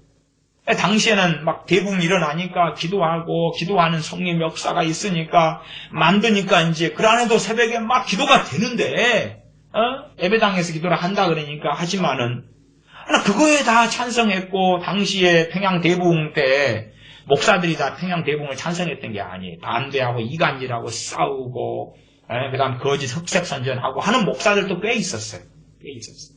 그러니까 저 길선주 전 목사가 새벽 기도를 만든다? 어찌 되겠어요? 와, 이상해. 없는 것이었으니까. 선교사님들이 새벽기도를 하다가 끌고 들어와서 선교사님들이 새벽기도 해야 돼. 그리고 전파했으면 처음 믿을 때부터 새벽기도를 했으니까 문제가 없겠죠. 그러나 없는 걸 이제 만든 거예요. 없는 걸 만드니까 이상해. 새벽기도를 교회가 하는 건 좋아요. 그걸 어떻게 반대해요? 저도 한국에서 목회할 때 새벽기도를 계속 했는데, 그러나 새벽기도를 하지만 저도 항상 새벽기도 할 때 제가 목회해오는 가운데 교인들에게 제가 새벽기도 참석해야 됩니다. 제 양심상은 한 번도 이야기한 적은 없습니다. 한 번도 이야기한 적 없어요. 왜? 그것은 자유주의 영역이기 때문에. 그러나 새벽기도를 드리는 사람이 있기 때문에, 또 저같이 새벽기도 하는 사람이 목사지만 하니까 새벽기도에는 한다 그 말이 해요. 그러나 이제 당신들에게 절대화시키지는 않는다 그 말이에요. 그냥 우리가 필요해서 만든 거예요. 만들었어요. 수요일 예배도 필요해서 만들어요. 근데 수요일 예배 같은 경우는 이미 오래전부터 많은 나라들에서 이 한민족에게 복음이 전해오기 전부터 많이 있어 왔어요. 그래서 자연스럽죠. 그러나 그것도 절대화의 영역으로 끌고 가기는 어려워요. 주일 성수 같은 경우도 절대화의 영역은 아니에요. 그러나 주일날이 쉬는 날이니까 그때 모이기를 힘쓸 때에 상식적으로 언제 모이기를 힘쓸 수 있냐 그 말이에요. 주일이지. 그러니까 제가 주일 성수는 절반 혹은 절반 이상을 찬성한다 그 말이에요. 그러나 이제 그 성수의 개념으로 들어갈 때는 아주 좀 복잡한 이야기가 존재해요. 잘못 가버리면 율법주의가 되는 거지. 내가 자유주의 영역을 진리 영역으로 만들어 절대화시켜버리면 그걸 율법주의라고 그러는 거예요. 율법주의라고 그러는 거예요. 자유가 있는 영역을, 심지어는 지금 이 사람들이 돼지고기를 먹어도 되는데 안 먹는다고 죄가 되는 거예요? 안 되는 거예요? 안 되는 거죠. 복음을 제대로 이해하지 못하는 것은 문제가 돼도 돼지고기를 안 먹는 것이 죄가 되는 건 아니잖아요. 심지어 돼지고기를 먹는 것이 죄가 되지도 않아요. 심지어 어느 사람이 안식일에 예배드린다. 그래서 죄가 되는 게 아니에요. 주일날 예배드린다. 그 죄가 될 수가 없잖아요. 그러니까 안식교는 안식일에 예배 안 드리면 죄라고 그러는 거예요. 그게 될 수가 없잖아요. 그게 될 수가 없어요. 극단적으로 팔레스틴에 있는 이스라엘하고 한국하고 시차가 6시간 차이 나죠. 6시간 차이.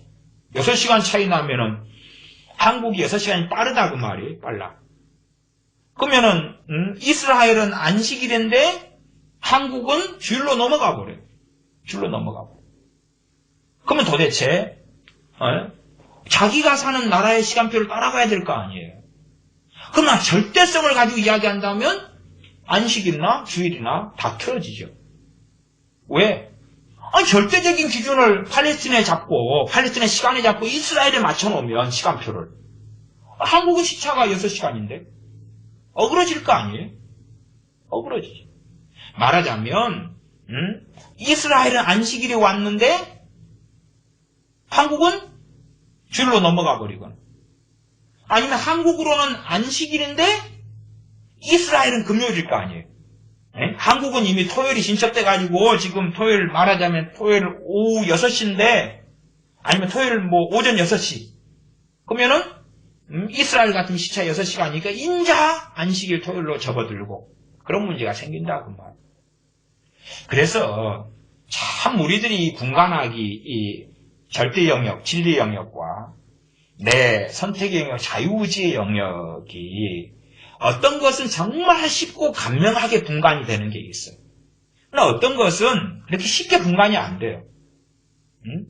그래서 서두 이야기했던 대로 따님 목사님 여호와여 이렇게 기도해라. 그러면 그런 것은 정말로 쉽게 분간돼야 되는 거예요. 그것을 못 해버리면 분간이 어려운 것은 쉽겠어요? 어렵겠어요? 어렵지. 할 수 해야 될 것을 안 해버리면 내가 기억, 니은, 디귿, 리을도 모르면 대학 전공서적을 어떻게 읽느냐 그 말이에요. 동화책이나 초등학교 1학년, 2학년 교과서도 못 읽으면 대학 전공서적 못 읽는다는 말이에요. 히브리서 말씀에 너희가 마땅히 선생이 되어야 할 터인데 아직도 너희가 젖을 먹고 있냐. 그런 것처럼 사실은 한국 교회는 젖먹이들이 너무 많은 것 같아요. 미혹에 든 사람도 너무 많고 젖먹이도 너무 많아. 제가 젖먹이가 많다는 이야기가 왜 그러냐 그러면 그렇잖아요. 응? 목사님이 자유주의 영역을 진리 영역으로 가져가면 그러면 최소한은요 목사님 혼자 그걸 믿고 하는 것은 자유주의 영역이니까 간섭할 건 없잖아요. 그렇죠? 하나 그걸 교회로 전체로 만들고 그 다음에 내가 그 속에 속해가 영향을 받으면 그리고 그것이 상당히 심각한 사안이다 그러면 목사님 이건 성경적으로 볼 때 아니에요. 목사님 말하자면 목사님이 자유주의 영역을 강단에 서가지고 진리 영역으로 설교를 할 거 아니에요. 그러면 목사님이 그렇게 하든지 내가 그렇게 하든지는 상관없는데 진리는 틀린 거 아니에요. 그건 이야기해야지요. 말씀에 있으니까. 그러나 이제 목사님이 더 미혹이 되고 이상하게 될수록 그걸 이야기하고 건들면은 목사님이 그때부터 미쳐 날뛰어버리겠죠. 미쳐 날뛰어버리겠죠. 정상이면 목사님 이거 잘못 하시네요. 잘못 설교하시고 잘못 말씀하시네요. 이건 자유 영역인데 목사님이 관여할 영역이 아니에요. 근데 목사님 좀 관여하고 계시네요. 목사님 잘못하고 계셔요. 이야기를 할 때 이제 그분의 실체가 드러나죠. 많은 목사님들은 겉으로는 주일 되니까 웃으면서 예 어서 오세요. 예 사랑합니다. 반갑습니다. 예 주님이 여러분을 사랑하시고 가실 것입니다. 막 그러다가 자기 얘기 좀 반대되는 걸 다 이야기하고 막 성질나고 막 화가 나고 그러는 거예요. 제가 전에 몇 차례 이야기했잖아요. 다녔던 어느 교회가 있었는데 목사님하고 교회 승직자들하고 식사를 하게 됐어요. 식사를 하게 됐는데 이제 제가 맡고 하는 일이 없으니까 목사님 식사하시다가 중직자들 있는 데서 손 선생 성가대에서 좀 섬겨줘. 교인이 그때 700명 되는 교회 규모였어요. 어쨌든 이제 제가 그때 신학대학원을 다니고 있었을 때 몸담았던 교회예요. 이제 손 선생 성가대를 좀 해줘. 그러니까 제가 목사님 제가 성가대는 옛날에도 몇 년 했는데요. 제가 음악성이 떨어져가지고 성가대 말고 이 주일학교나 중고등부나 뭐 대학생이나 이제 나이가 그때 들었으니까 뭐 이런 반사나 교사나 뭐 이런 쪽은 제가 좀 취향이 맞고 밸런스도 맞고 그런데 성가대는 처음 저도 오래 했습니다. 근데 안 맞습니다. 그렇게 했더니 목사님 얼굴이 빨갛게 달아오르면서 막 성질 나가지고 콧김이 나오면서 말도 안 하고 고개 돌려버리더라고요. 그 다음에 이제 안수 집사님이나 중직자들이 저한테 와가지고 막 야단을 치는 거예요. 목사님 말씀했으면 바로 순종해야지. 즉각 순종해야지. 왜 그걸 안 한다고 그랬냐고. 근데 저는 이제 그런 거 신경 안 썼어요. 왜냐하면 나하고 안 맞는 옷을 그때는 그렇게 해가지고 그건 내 자유주의 영역이라. 그걸 목사님 아니라 목사님 할아버지도 건들 수 없는 거예요, 그걸. 근데 문제는 목사님이 이제 다 그 교주라 그러면 교주가 돼가지고 임명을 하는 거예요, 임명을. 응? 누구를 부역장 시키는 것도 목사님들이 부역장, 셀장 시키잖아요. 그러면은 그거 자유주의 영역이에요, 그거. 마음대로 그렇게 시키면 안 돼요. 시키면 안 돼. 근데 할 사람이 없는데 어떻게 해요? 그러면 할 사람이 없는데 그걸 왜 해요? 안 그래? 할 사람이 없는데 하기 싫은데 하는 것은 기쁘겠어요? 행복하겠어요? 감사하겠어요? 즐겁겠어요? 그럴 리가 없잖아요. 그러니까 어느 목사님이 그러는 거예요. 목사님, 제가 이제 목사님 구역장 그렇게 강제로 당신 계시받아가 임명하는 거 아니에요. 소위 말하면 1구역장은 누구를 임명할까요? 김집사가 마음에 떠올라요. 김집사. 2구역장은 누가 할까요? 조권사가 떠올라요. 조권사. 할까요? 이건 내 사모가 해야 되겠구나. 자기 사모. 3구역장. 4구역은 누가 할까요? 근데 이제 교회가 작은 교회 가지고 없어요. 네가 해. 내가 해볼게. 할 사람이 없는 거예요. 하고 이렇게. 그래서 목사님 그런 건 안 돼요. 안 돼요. 자원함을 받으세요. 자원함을 받는데 아무나 안 되고 당연히 구역장은 영적 지도자이기 때문에 영적 수준 어느 이상의 사람들 가운데 자원을 받으셔야 돼요. 상식적인 이야기를 해도 안 한다는 거예요. 안 하니까 내가 강제로 임명한다는 거예요. 안 하면 지금 그 구역 예배라는 것도 절대 진리 영역이 아니잖아요. 자유주의 영역이고 당신이 지금 선택해가지고 교인들의 동의가 있었는지 없었는지 있었으면 다행이고 우리 교회 구역 시스템을 도입하겠습니다. 그리고 하고 교인들이 동의해주고 따라줬으면 그나마 다행이고, 안 따라주는데 강제로 했다. 근데 안 맞는 걸, 시간도 안 맞고, 뭣도 안 맞고, 뭐 할 수가 없고, 강제장치 임명하면, 그런 일들이 비일비재하게 벌어지는 거예요. 사람들 안 하려는데 어떻게 하냐? 할 사람이 없으면 못 하는 거지. 당연한 거 아니에요? 당연한 거 아니에요? 다 목사가, 야, 우리 교회 남전도회를 구성해가지고, 남전도회 하고 싶은 사람이 없는 거예요. 해도 안 모이고. 그럼 안 해야지. 야, 우리가 등산 모임을 만들어서 이걸 키워가지고 전도를 합시다. 교인들 남자들이 등산 안 하려는 거예요. 여자도 안 하려는 거예요. 강제로 막 명령해서 등산에 당신 산악회 회장하고 당신 부회장하고 당신 총무하고 얼마 걷어가지고 교인들이 얼마나 미치겠냐고 말이에요. 그런 방식을 이제 목회자들이 써오는 거예요. 똥이 된장이 알아야 될 거 아니에요. 똥이 된장이 알아야지. 다 목회자들이 프로그램을 도용해가지고 쓰면서 그걸 교인들의 자유주의 영역을 진리 영역으로 만들어가지고 그거 안 하면 죄라는 거예요. 그걸 성경적으로 막 증거되는 거예요. 그잖아요. 새벽기도 해라. 그러니까 새벽기도 하라고 새벽기도를 언제 생긴 거예요? 일제시대 때. 평양대붕 지나면서 길선주 목사님에 의하여서. 그리고 지금은 이제 해야 되겠는 거예요. 그러니까 새벽을 깨우리로다. 그다음 주님께서 새벽 미명에 일어나서 기도하시고, 주님이 새벽 미명에 일어나서 지자들 다 깨워가지고 기도했어요? 아닙니다. 혼자 기도하셨어요. 혼자 기도하셨어요. 내가 새벽을 깨우리로다 그랬지. 내가 새벽에 일어나서 다 끌어모아서 새벽 기도해야 돼. 그런 거 아니거든요. 그런 거 아니에요.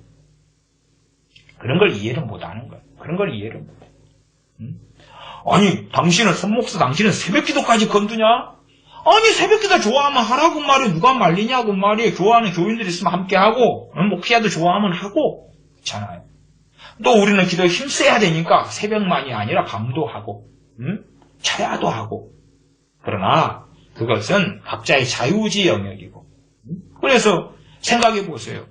아니, 어떤 사람이 그냥 애를 이제 태어나가지고 애가 새벽마다 일어나서 울고 잠 못 자고 그런데 엄마나 아빠나 이제 갓난아이 데리고 키우는, 더군다나 그것도 정말 두 쌍둥이 세 쌍둥이 태어나가지고 난장판을 피우는데 새벽 예배 드려야 된다고 목사님이 강단에 계속 설교하면 그는 직장생활 할 때 잠도 부족하고 애가 새벽에 깨서 막 똥 싸고 울고 얼르고 그러는데 잠잘 시간도 부족한데 새벽에 나가서 그러면 그 설교 들을 때마다 뭘 느껴요? 경제감을 느끼고 판단을 받잖아요. 판단을. 그건 안 해야 될 판단이다 그 말이에요. 자유주의 영역에 있어서 그런 판단을 하면 안 되는 거예요. 한국 교회가 사실은 오랫동안 병들어온 게 그런 것이에요. 제가 절기의 문제를 이야기하고 프로그램의 문제를 이야기하고 프로그램의 문제. 사실은 알파코스 제가 컨퍼런스 몇 번 다녔습니다만 또 교인들도 알파코스 컨퍼런스 제가 모시고 가고 그랬어요. 근데 알파코스를 하려면 굉장한 에너지와 굉장한 수고가 필요해요. 왜? 불신자들 데려다가 아니면은 뭐 교회 쉬는 사람 데려다가 풀코스로 섬기고 레스토랑처럼 대접하고 서비스하고 막 그러면서 해야 돼. 이게 준비에 시간 걸리고 막 쏟고 여러 프로그램들을 알파코스 이어진 프로그램들을 해야 되고 그러니까 그걸 하려면 보통 헌신과 희생이 필요한 게 아니에요. 그러니까 하려면 하라고 말이에요. 목사가 원하면 하라고 말이에요. 근데 그것이 계속 해나가려면 강제로 사람들 시키지 말고 자원한 사람들만 함께 하라고 말이에요. 그래서 감당할 수 있으면 하고 감당 못하면 못하는 거지. 그렇지 않나요? 근데 그것을 이제 절대화된 프로그램 만들어가지고 알파코스를 하는 게 하나님 뜻입니다. 그게 뜻이면 딴 교회도 다 해야 돼. 안 하는 교회가 죄지. 그럴 거 아니에요. 그러니까 얼마나 이 진리 영역으로 우리가 하고자 하는 내 욕구, 목사들의 욕구나 우리의 욕구 같은 것을 끌고 와요. 끌고 와. 제가 과거에 어느 유명한 선교사 기도생활, 중보기도생활 이야기했더니 원체 사람들이 욕을 많이 해가지고 제가 누군지는 이야기하지 않겠습니다. 어차피 돌아가신 사람이기 때문에. 정기도 여러 번 나온 어느 모 선교사가 이제 설교를 해야 돼요, 설교를. 이제 선교사하고, 당시에는 선교사들이 어느 나라에 많이 들어와서 교인들이 많이 모였어요. 예? 그래서 이 선교사가 이제, 오전 10시다. 설교하러 나가야 돼요. 근데 이제 10시에 이제, 기도하고 앉아 있는데, 소위 그 양반의 주장이 성령님이 설교하러 나가지 마라. 그래요. 설교하러 나가지 마라. 그럼 나가지 말고 뭐 하냐? 거기서 앉아서 아프리카를 위해 기도해라. 거기는 아프리카가 아니에요. 다른 나라인데. 아프리카를 위해 기도해라. 아니, 교인들이 이제, 현지인들이, 선교지니까, 현지인들이 모여가지고 선교사님 기다리고 있어요. 예배 시간이니까. 이 양반이 안 나오는 거예요. 예배 못 드리죠. 그런 일들이 선교본부에, 올라가가지고, 결국은 선교사 제명됐어요. 제명되지. 제명 안 될 수가 있나요? 아니, 현지인들의 복음을 전하고, 말씀을 전하고, 그렇게 해야 되는데, 안 하는데, 뭐만 하고 있어요? 중보기도만 하고 있어요. 중보기도만. 기도만 하고 있어요. 그 다음에 이제, 밥 먹을 시간이 됐어요. 계시가 와요. 녹차만 마셔라. 오늘 저녁은 밥 먹지 말고 녹차 마셔라. 계시를 받아. 그래, 녹차를 마셔. 그럼 거기에 대해서 플러스 무슨 계시가 오냐? 그러면 너가 녹차를 마심으로 10명의 영혼이 구원받느니라. 자유지 영역에 계시를 받으면 무슨 일이 벌어지는 줄 아세요? 녹차를 마시는 것은, 저도 녹차 마셔요. 커피도 마셔요. 그것하고 영혼이 구원받는 것하고 상관이 있어요, 없어요? 없지요. 근데 그 A라는 어느 선교사는 녹차를 마시면 사람이 구원받는데. 그러니까 사람들이요, 이 자유지 영역에 계시받기를 좋아하는 사람들이 굉장히 많아요. 이유가 있어요. 그러면 자기는 의로워지고, 거룩해지고, 신실해지고, 하나님께 큰 상급을 받기 때문에 그래요. 정말로 그러는 게 아니라 그런 확신과 믿음이 와요. 로마 가톨릭의 천주교에 나가는 여자들이 너울을 쓰는 것처럼, 십자성어를 긋고 성수를 몸에 바르는 것처럼, 미사에 참여해서 그 포도주는 못 얻어먹고, 그냥 전병이나 얄궂은 거 얻어먹는 주제. 포도주 안 줍니다, 교인들은. 가톨릭 교인들은 포도주 안 줘요. 누구만 먹습니까? 신부나 주교만 먹지. 근데 그러면서 이제 그런 그 화려한 미사를 보면서 내가 뭔가를 한 것처럼. 그러니까 밥 먹을 때도 계시받기를 좋아해요. 하나님의 음성 듣기 좋아해요. 왜? 그냥 내가 먹고 싶은 짜장면 먹으면 아무 일도 아니에요, 그냥.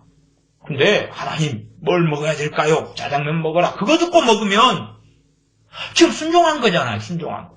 하나님 기쁘시게 한 거잖아요. 그러니까 그 부분에 계시를 원하고 추구하는 사람들이 한국 교회는 나날이 많아져. 소위 자식을 학원에 보내야 되겠다. 얘가 영어를 공부하는데 영어 학원 보낼 돈은 있다. 그러면은 영어를 공부하고 싶다. 학원에 보내달라 그런다. 아이가. 그래 보내준다. 그러면 상식적으로 따지고 지혜를 쓰고 정보를 얻어내가지고 어느 학원이 좋은가? 영어 학원인데 누가 잘 가르치고 가격은 어찌 되고 내 아이의 시간대가 어떻게 되고 집에서 거리가 어찌 되고 학원 끝나고 아이가 어떻게 안전하게 올 수 있고 이런 걸 따지면 좋은데 계시를 받는 거예요. 기도해가지고 하나님 어느 학원을 자녀를 보낼까요? 그 계시가 왔다고 합시다. 안 받아야 될 계시를 받는 사람들이 많은데 그러면은 자녀를 학원에 보내는 것만 해도 하나님을 기쁘시게 한 게 될 거 아니에요. 자기는 지금 순종한 거잖아요. 그래서 성경에 있는 말씀의 순종은 다 집어치워버리고 그리고 이제 자유지 영역에서 계시받는 사람들이 아주 많아지는 거예요. 그래서 그 모 선교사도 화장실 내가 정말 막 소변이 마려워요. 그런데 성령님이 가지 말라는 거예요. 왜? 소변을 참으라는 거예요. 참으면 5명이 구원받는다. 너가 그 소변을 참는 것이 그리스도를 위한 고난을 받는 거야. 그 고난, 소변 참는 그 고난을 통해 5명이 구원받는다는 거예요. 제가 그래서 그 사람 전기와 책을 가지고 이 사람 사입이고 미혹된 사람이다. 했더니 욕을 많이. 욕을 엄청 많이. 그래서 제가 이거 진짜 학을 떼버렸어. 한국교회 교인들 학을 떼버렸어. 그 양반의 책 전기 가지고 그 양반 미혹된 것을 설교했더니 제 설교 동료사님 추천하고 반대가 있잖아요. 반대가 훨 더 많아. 반대가 훨 더 많아. 추천보다 반대가 훨씬 많아요. 그러면 들은 사람은 몇백 명인데, 추천은 둘, 셋. 나머지는 반대지. 근데 이게요, 한국에는 개돼지만 많잖아요. 여론이 중요하거든. 그렇잖아요. 그 사람, 이분 제 설교를 들었어요. 몇백 명이 최소한. 그러면 그럴 때 반대가 더 많아요. 그러니까 이제 의구심을 가지는 거죠. 야, 이 목사님이, 이 부분은 정말 잘못하시는 모양이구나. 무슨 말이에요? 그 사람들은 그 양반처럼 차 마실 때 계시 받는다는 이야기예요. 그게 동의한다는 이야기죠. 밥 먹을 때 그냥 밥 먹으면 되잖아요. 근데 기도해가지고 응답받아 밥 먹으면 자기 거룩하고 얼마나 신령해요. 아파트 이사 가요. 기도해서 응답받는 거죠. 아파트 살까요? 전세로 할까요? 사골세로 할까요? 이사 갈까요? 그러면 생각해 보세요. 그냥 보통 사람들은, 세상 사람도 보통 사람들은 아파트 사고 팔고 전세고 뭐고 계시 안 받아요. 환경과 형편과 처지 보고 지혜롭게 생각하죠. 나는 뱀처럼 지혜로우라 그랬잖아요. 지혜롭게 생각하는 거예요. 판단나는 거예요. 좀 멍청하면 안 좋은 데를 비싸게 들어갈 거고, 지혜로우면 좋은 데를 좀 더 싸게, 때에 맞게 효율적으로 할 거고. 어쨌든 보통 사람은 아파트 사거나 팔거나 전세나 사골세나 어쩌거나 계시 안 받아요. 도움을 구하는 기도는 할 수 있어요. 그렇죠? 도움을 구하는 기도는 할 수 있어요.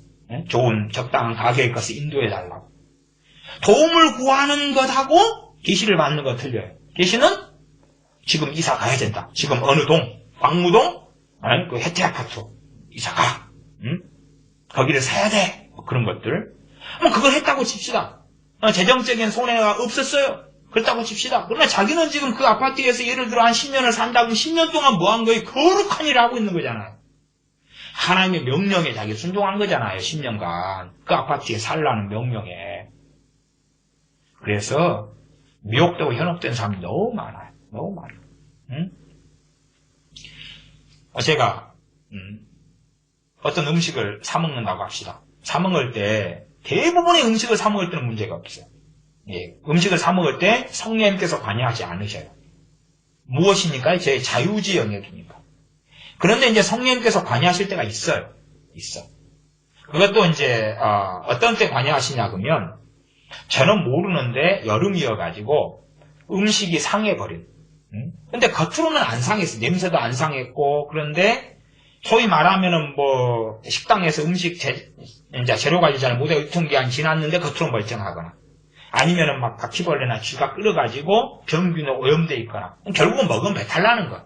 배탈 나는 거. 이제 제가 영적으로 그렇게 크게 병들지 않았다. 병들었을 때는 그런 거 성령으로부터 안 오는데 병들지 않았다 그럴 때는 상한 음식이 식당에서 조리하고 내놨을 때 아니면 그 식당에 들어가서 평상시에 단골이기 때문에 들어가려고 하는데 성령님께서 꺼림을 주셔요.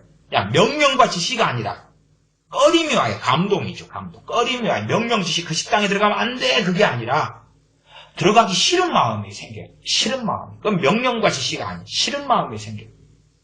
그걸 이제 내가 이기고 그냥 왜 내가 좋아하는 이 식당에서 왜 먹기 싫은 마음이 생기지? 그래서 먹을 거야. 왜? 육체의 소욕은 강하니까. 영의 소욕으로부터는 싫은 마음이 생기는데 두 마음이 생기는 거예요. 두 마음이. 육체의 소욕만 하면 한 가지 마음만 있지요. 이제 들어가서 음식을 시켰어요. 그것이 어쩔 때는 이제 거기에서는 마지막 기회겠죠. 음식을 먹으려는데 음식이 굉장히 더럽게 보이는 거예요. 겉으로는 막 소스 잘했고 양념 잘했고 맛있게 보이는데 맛있게 보여요. 육의 눈으로는. 그런데 영의 눈으로는 그것이 더럽게 보이고 불결하게 보이고 어림직하게 보여요. 성령으로부터 온 거죠. 그것도 강제가 아니에요. 그렇게 하고 이제 제가 선택할 수 있는 거예요. 성령의 역사를 무시해버릴 수도 있고.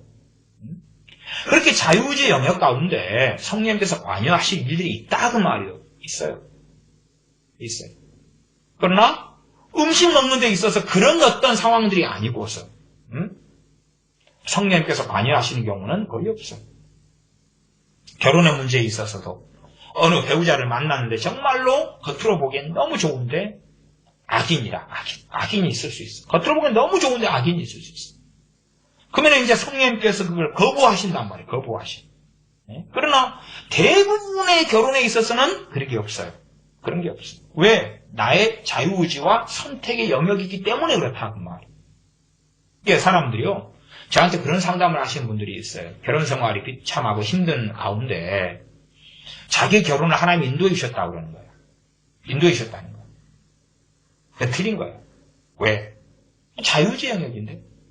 인도해 주셨을 수 있어요. 뭐냐 그러면 자기는 반드시 결혼해야 되겠는 거예요. 그걸 하나님께 양보할 수가 없는 거예요. 예를 들어. 그리고 이제 결혼해서 그렇게 기도할 때 그 사람의 상황과 처지 속에서 그나마 나은 곳에 대한 감동이 있었을 수는 있다고 말이에요. 그렇죠? 그것하고 인도하심하고는 또 틀려요. 비슷한 것 같은데 또 틀려요. 자, 그러면은 좀 이게 이해가 떨어지면 어려울 수 있어요. 성경 고린도전서로 가보겠습니다. 고린도전서 7장입니다. 로마서 다음에 고린도전서가 있죠. 고린도전서 7장. 7장 6절 7절 6절 7절 제가 읽어보겠습니다. 고린도전서 7장 6절 7절 그러나 내가 이 말을 함은 권도요 명령은 아니라 나는 모든 사람이 나와 같기를 원하노라. 그러나 각각 하나님께 받은 자기 은사가 있으니 하나는 이러하고 하나는 저러 아니라. 내가 이 말을 하는 것은 권도요 뭐가 아니라 명령이 아니라. 고린도전서에서는 상당히 이것이 많이 나옵니다. 이게 고린도전서는 상당히 주목해야 돼. 그러한 중요한 성경 가운데 하나입니다. 물론 모든 성경이 다 중요한 건 사실입니다. 사실이지만 우리가 룻기 같은 거 자주 안 보잖아요. 엽기 방대한 것 가운데 중요한 것 이런 것 빼고는 욥의 세 친구가 하는 이야기들 우리가 많이 주목하지는 않지요. 해석상 어려우니까. 네, 고린도전서는 상당히 중요한 성경이에요. 어떤 부분이 중요하냐? 그럴 때 이제 오늘 관련한 주제 가운데서는 7장 6절 같은 거예요. 그러나 내가 이 말을 하면 권도요 명령은 아니라. 이게 권면이라는 것은 지금 그런 상황에서 가장 좋은 것이라는 이야기예요. 좋은 것인데 좋은 것도 그것이 진리 영역이 아니라고 말이에요. 선택의 영역 가운데서 지금 가장 좋은 것을 본독 교인들에게 권면하고 있는 거예요.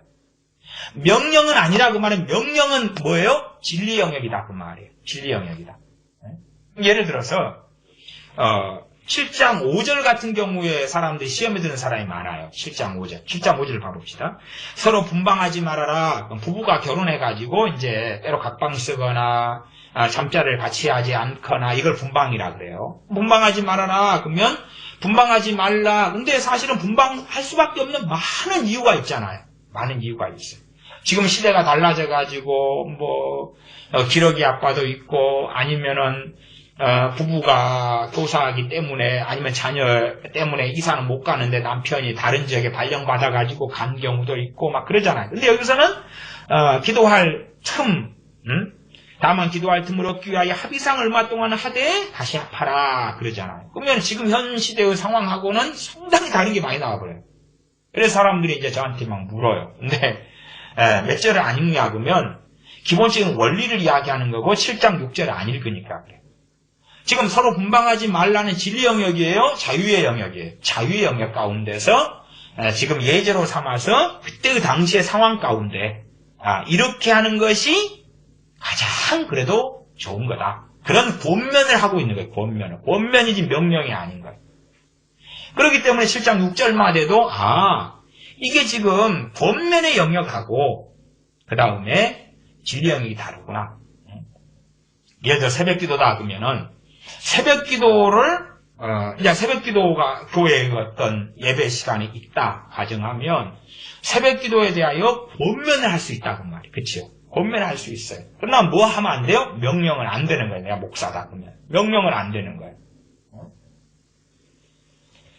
그래서 7장 5절 같은 경우에 분방하지 말아라. 이게 명령이 아니구나. 결혼 생활에 있어서 굉장히 중요한 지혜를 이야기하는 것이고 그러나 기본적인 그때 당시의 상황 가운데서 기도할 틈 외에는 분방하지 말라 그랬지만 지금 시대는 이제 달라져가지고 나는 애들 여기서 키우고 있는데 남편이 예를 들어서 뭐 외국 회사에 발령을 받아가지고 가는데 겨우 1년밖에 안 있다가 다시 온다. 그러면 같이 가족 데리고 못 가잖아요. 아니면은 뭐 남편이 연수를 간다. 근데 미국에 연수를 갔다 6개월 간다. 가족 데리고 애들 데리고 못 가잖아. 애들 중학교 고등학교 다니고 그러는데. 그러니까 그렇게 따질 때에 어그러지는 게 지금 시대는 많아요. 근데 그때 당시의 기준으로서 설명하고 있는 거예요. 그것도 권도, 권면으로서. 분방하지 말아야 한다. 그러나 그것도 절대 명령이 아니라는 말이에요. 그런 것을 이해를 사람들이 잘 못하는 거예요. 한 걸음 나아가서 봐봅시다. 7장 7절로 갑니다. 나는 모든 사람이 나와 같기를 원하노라. 원한다 그랬죠. 원한다 그랬지. 그게 명령 아니죠. 명령 아니에요. 그러니까 말하자면 나와 같기를 원하노라는 거 사도 바울같이 독신을 해라. 그 말이죠. 근데 독신에 대하여 원한다 그런 거지 철저하게 독신해라 그런 게 아니죠. 그러나 각각 하나님께 받은 자기의 은사가 있으니 하나는 이러하고 하나는 저러하니라. 누구는 독신할 수 있고 누구는 독신할 수 없다 그 말. 이 교회의 타락에서도요. 예를 들어 이 결혼 문제가 있어요. 결혼 문제가. 그러면은 로마 카톨릭으로 전향하면서 이제 목사가 누구만 된 거예요? 목사들 결혼 어떻게 해버린 거예요? 못하게 해버린 거죠. 그래서 지금 신부와 수녀가 나왔잖아요. 독신이지 독신. 결혼 못하게 해버렸잖아요. 못하게 해버렸어. 결혼 못하게 해버렸어. 그러면은 이 교회가 타락하는 것은 과정을 가져요. 과정을. 그냥 오늘까지는 멀쩡한 교회였다가 내일부터 말씀 바로 버려버리고 로마 카톨릭 돼버리는 그런 게 아니고 과정을 가져요. 말씀을 떠나는 과정을 가져요. 과정을 가지면서 이제 사도 바울이 나와 같기를 원하노라 하는 것을 이게 목사 정도 되면 주의 종 정도 되면 다 독신해야 돼. 그렇게 자유의 영역을 뭘로 바꿔버려요? 지리의 영역으로 바꿔버려요. 이제 지금 거꾸로 한국교회 우리 개신교 같으면은 우리는 대부분 결혼하잖아요. 그치? 심지어 이제 뭐 합동이나 보신이나 이런 일반적인 교단들은 목사 안수다 그러면 결혼하지 않으면 목사 안수를 안 줘요. 목사 안수를 안 줘요. 이제 여목사들이 많이 생겨나면서 통합 같은 경우 여자 목사 안수해주고 막 이런 경우는 거꾸로 이제 독신에도 목사 안수를 줘요. 여자 목사를 인정하는 데는 독신도 이렇게 안수를 주지만은 여자 목사 인정하지 않는 데는 결혼해야지만 목사 안수를 줘요. 전도사는 괜찮은데 목사는 결혼해야 돼. 심지어는 뭐 목사 결혼 안 해도 줄 수 있는데 그러려면 약혼자 데리고 결혼하겠다는 서약서까지 다 받아가 제출해야 되는 복잡한 과정을 거쳐야 돼. 특별한 사유 때문에 당장 결혼 못하는데 결혼할 사람이 있어요. 그리고 서약서까지 제출해요. 막 그런. 그것도 쉽지 않아요. 어쨌든 거꾸로 가버린 거지 이게. 거꾸로 가버린 거예요. 그러면 이제 지금으로 하면 지금은 결혼해가지고 목사 안수를 대부분 받잖아요. 받아요. 그러니까 지금으로 한다. 지금 이제 결혼한 사람이 목사 안수를 받는다. 그리고 그것이 이제 뭐 하나님께로부터 온 거라고 칩시다.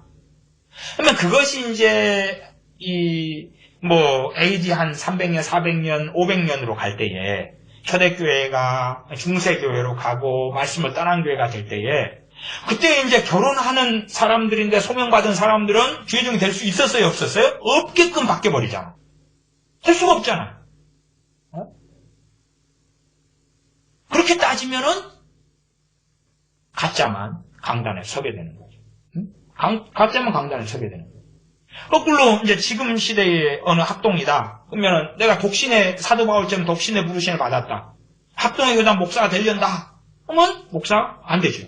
안 시켜주죠. 너는 목사 될 수 없어. 그렇게 문화가 극적으로 이렇게 문화나 관습이나 이게 바뀌었잖아. 이렇게 바뀌었어요. 그러니까 사도 바울은 지금 성경에 뭘 이야기해요? 결혼하는 것, 안 하는 건 무슨 영역으로 이야기해요? 자유의지의 영역으로 이야기해요. 근데 교회를 타락시키려니까 사탄이 전략을 써서 성공한 거죠. 야, 이게 자유의지의 영역을 진리 영역으로 끄고 와버리자. 그래서 여자는 수녀, 남자는 신부, 결혼 못해. 결혼 못해. 그러니까 이제 대부분 신부와 수녀들이요, 독신의 은사 있는 사람 거의 없거든요. 진짜라고 그래요. 진짜라고 그래요. 그래서 신부 수녀 가운데 동성애자들이 굉장히 많습니다. 그 다음에 역사적으로 다 밝혀졌죠. 수녀원이 있으면 수녀원 앞에 연못이 있으면 연못을 파보니까 아이들 죽은 뼈다귀들이 가득 나오는 거예요.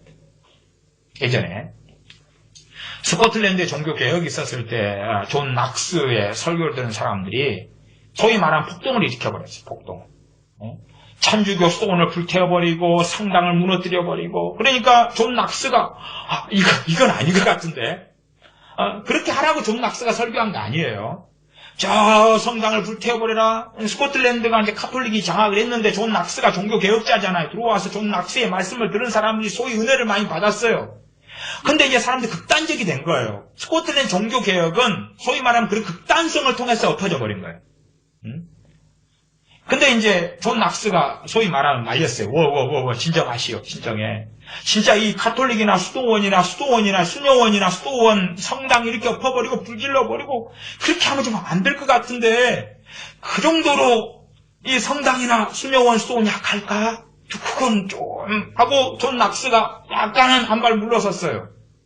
근데 존 낙스의 측근들이 존 낙스 목사님이 생각한 것보다 이 카톨릭 상황이 심각합니다. 왜냐하면 가서 수녀원을 엎고 수도원을 엎었더니 아이들 뼈다귀들이 연못마다 그냥 수백 개, 수천 개가 나오는 거예요. 그걸 존 낙스가 본 다음에 말리지 않았어요. 그래서 전쟁을 통하여 스코틀랜드가 소위 종교개혁이 일어나 버리죠. 다 뒤집어 엎어져 버리죠. 장로교로, 스코틀랜드 장로교로 바뀌죠. 그런 것은 역사적으로 굉장히 많이 증명됐어요. 왜? 아니 독신원사가 없는데 수녀가 되고 싶어서 했어요. 철 모를 때 18살에 20살에 했어요. 20살에 22살에. 요즘에는 좀 신부 수녀들의 연령을 좀 더 늦추는 그런 게 있습니다만은 옛날엔 더 일찍. 그렇게 했는데 성적인 충동이 계속 있죠. 그러니까 음란에 마귀가 음란마귀가 틈타잖아요. 그래서 같이 잠자면 여자면 수녀면 수녀, 남자면 남자, 그렇게 동성애가 발생하죠. 그 다음에 이제 몰래 밖에 가정을 두고 살죠. 가정을 두고 애를 낳고 결혼하고 남편을 두고 아내를 두고 살고 숨기죠. 위선자로 대갈 살죠. 어떻게 말씀을 안 버리겠어요? 말씀을 붙잡으면 안 되죠. 자기 인생과 삶이 다 부정당하는데. 그러니까 사탄의 전략 가운데 굉장히 획기적이었던 것이 이 독신을 끌고 들어오자. 그래서 주의 종들 결혼 못하게 만들죠. 못하게 만들죠. 네? 굉장히 획기적인 전략이었죠. 지금도 성공하고 있잖아요. 자, 신부수는 혼자 살고 결혼 안 하니까. 자, 결혼한 사람들은 결혼은 세상적인 것, 세속적인 것이야. 결혼은 세속적인 게 아니잖아요. 결혼하는 것도 좋고 안 하는 것도 좋은 거예요. 결혼이 세속적인 게 아니에요. 근데 세속적인 걸로 만들어요. 만드니까 신부나 수녀는 얼마나 거룩하고 정결하고 오상하고 의롭냐 그 말이에요. 그렇게 해서 그들이 이제 사람들을 미혹시키는데 앞장서는 거죠. 말씀을 버리는데 앞장서는 거예요. 그런 미혹의 중심 가운데 하나 있는 것이 이 진리 영역과 자유주의 영역이 있으면 이걸 바꾸는 거예요. 바꾸는 거예요. 자유주의 영역을 진리 영역으로 바꿔놔요. 그러면 진리 영역 안에 있는 건 덮어지고 사라지고 감춰지고 없어지는 거지. 왜 말씀이 정확히 드러나 버리면 목사들이 자기가 부정당하게 되고 자기에 누워서 침 뱉기가 되고 그렇기 때문에 사실은 뒤집어 씌워오는 것은 바꿔오는 것은 오랫동안 해왔던 일들이 그런 것이 이제 사실은 끔찍한 일들이죠. 그래서 이러한 자유주의 영역에 있어서 우리가 특별히 성령 인도하심도 있는 영역이 있고, 그렇죠? 말하자면은 사도 바울이 복음을 전하러 갈 때에 성령이 막으셔요. 예수님의 영이 막으셔요. 그리고 마게도냐 사람이 꿈에 나타나서 이리 와라, 그러지, 이리 와라. 그리고 그런 인도하심을 있다고 말이에요, 그렇죠? 그런 건 있어요. 그러나 많은 것들은 그런 마게도냐에 가는 사건 외에는 일반적으로는 사도 바울의 1차, 2차, 3차 전도여행 때 그런 일이 있었어요? 없었어요? 거의 없었죠. 거의 없었다는 걸 알 거예요. 거의 없었어요. 그리고 살아갔는데, 그러니까 우리는 미혹되면 될수록 자유주의 영역 가운데 모든 것을 인도를 받으려니, 모든 것을. 어떤 사람들은 그렇게 한다 그러더라고요. 아침에 외출할 때에 옷장을 연 다음에 기도한대요. 연 다음에 기도한대요. 어느 옷을 입고 나갈까요? 성령님, 안녕하세요 성령님, 어느 옷을 입고 나갈까요? 아니, 빨간 옷을 입고 나가면 경건해요? 파란 옷을 입고 나가면 의로워요? 노란 옷을 입고 나가면 누가 보고 회개가 터져요? 아니잖아요. 그걸 기도하는 거예요. 자기는 얼마나 어려워요. 감동이 오는 거예요. 노란 옷에. 노란옷을 입고 돌아다니는 하루 동안에 자기는 얼마나 거룩한 일 순종을 하고 있고 하나님을 기쁘시게 하고 있겠냐 그 말. 그런 착각 속에 들어가지. 제가 이 자유의지의 영역과 진리의 영역, 어떤 것은 뚜렷하게 구분되고 어떤 것은 좀 소위 고급 문항이어서 구분이 좀 안 되고 그런 것도 존재해요. 그러니까 기초부터 쌓아가야 되는 문제가 생기죠. 제가 과거에서부터 간섭하는 죄 가지고 여러 차례 설교했어요. 여러 차례 설교했어요. 베드로전서 4장 15절도 너희 중에 누구든지 살인이나 도적질, 낙행이나 남의 일을 간섭하는 자로 고난을 받지 말려니. 네 가지 고난을 받는 죄에 대하여 베드로 사도가 베드로전서 4장 15절에 이야기한단 말이에요. 뭐 살인이나 도적질, 악행, 그 다음에 남의 일에 간섭하는 거. 남의 일에 간섭하는 거. 그러니까 남의 일에 간섭한다. 자유의지, 그 사람의 자유의지 영역이에요. 근데 내가 관여하고 끼어드는 거예요. 관여하고 끼어드는 거예요. 뭐 어떤 일이 생기겠느냐. 상대방이 그 말을 들어준다면 낫겠지만 견해가 틀리다면 관계는 틀어지고 비틀어지고 문제가 생기겠죠. 심지어는요. 그냥 자유의지 영역을 떠났어요. 진리 영역도 관여하지 않아야 될 때가 많이 생겨요. 그것이 디모데전서 5장 22절에 보면 사도 바울이 디모데, 주의 종 디모데에게 감독을 세우는 장로를 세우라고 보낸 디모데에게 하는 말씀에 나와 있어요. 디모데전서 5장 22절을 제가 읽으면 아무에게나 경솔히 안수하지 말고 다른 사람의 죄에 간섭지 말고 내 자신을 지켜 정결케 하라. 다른 사람의 죄다 그러면은 대부분은 디모데가 에베소에 가서 감독 세우고 장로 세운다 그러면 에베소 교인들의 죄지요. 그 죄에 간섭하지 말아라는 거예요.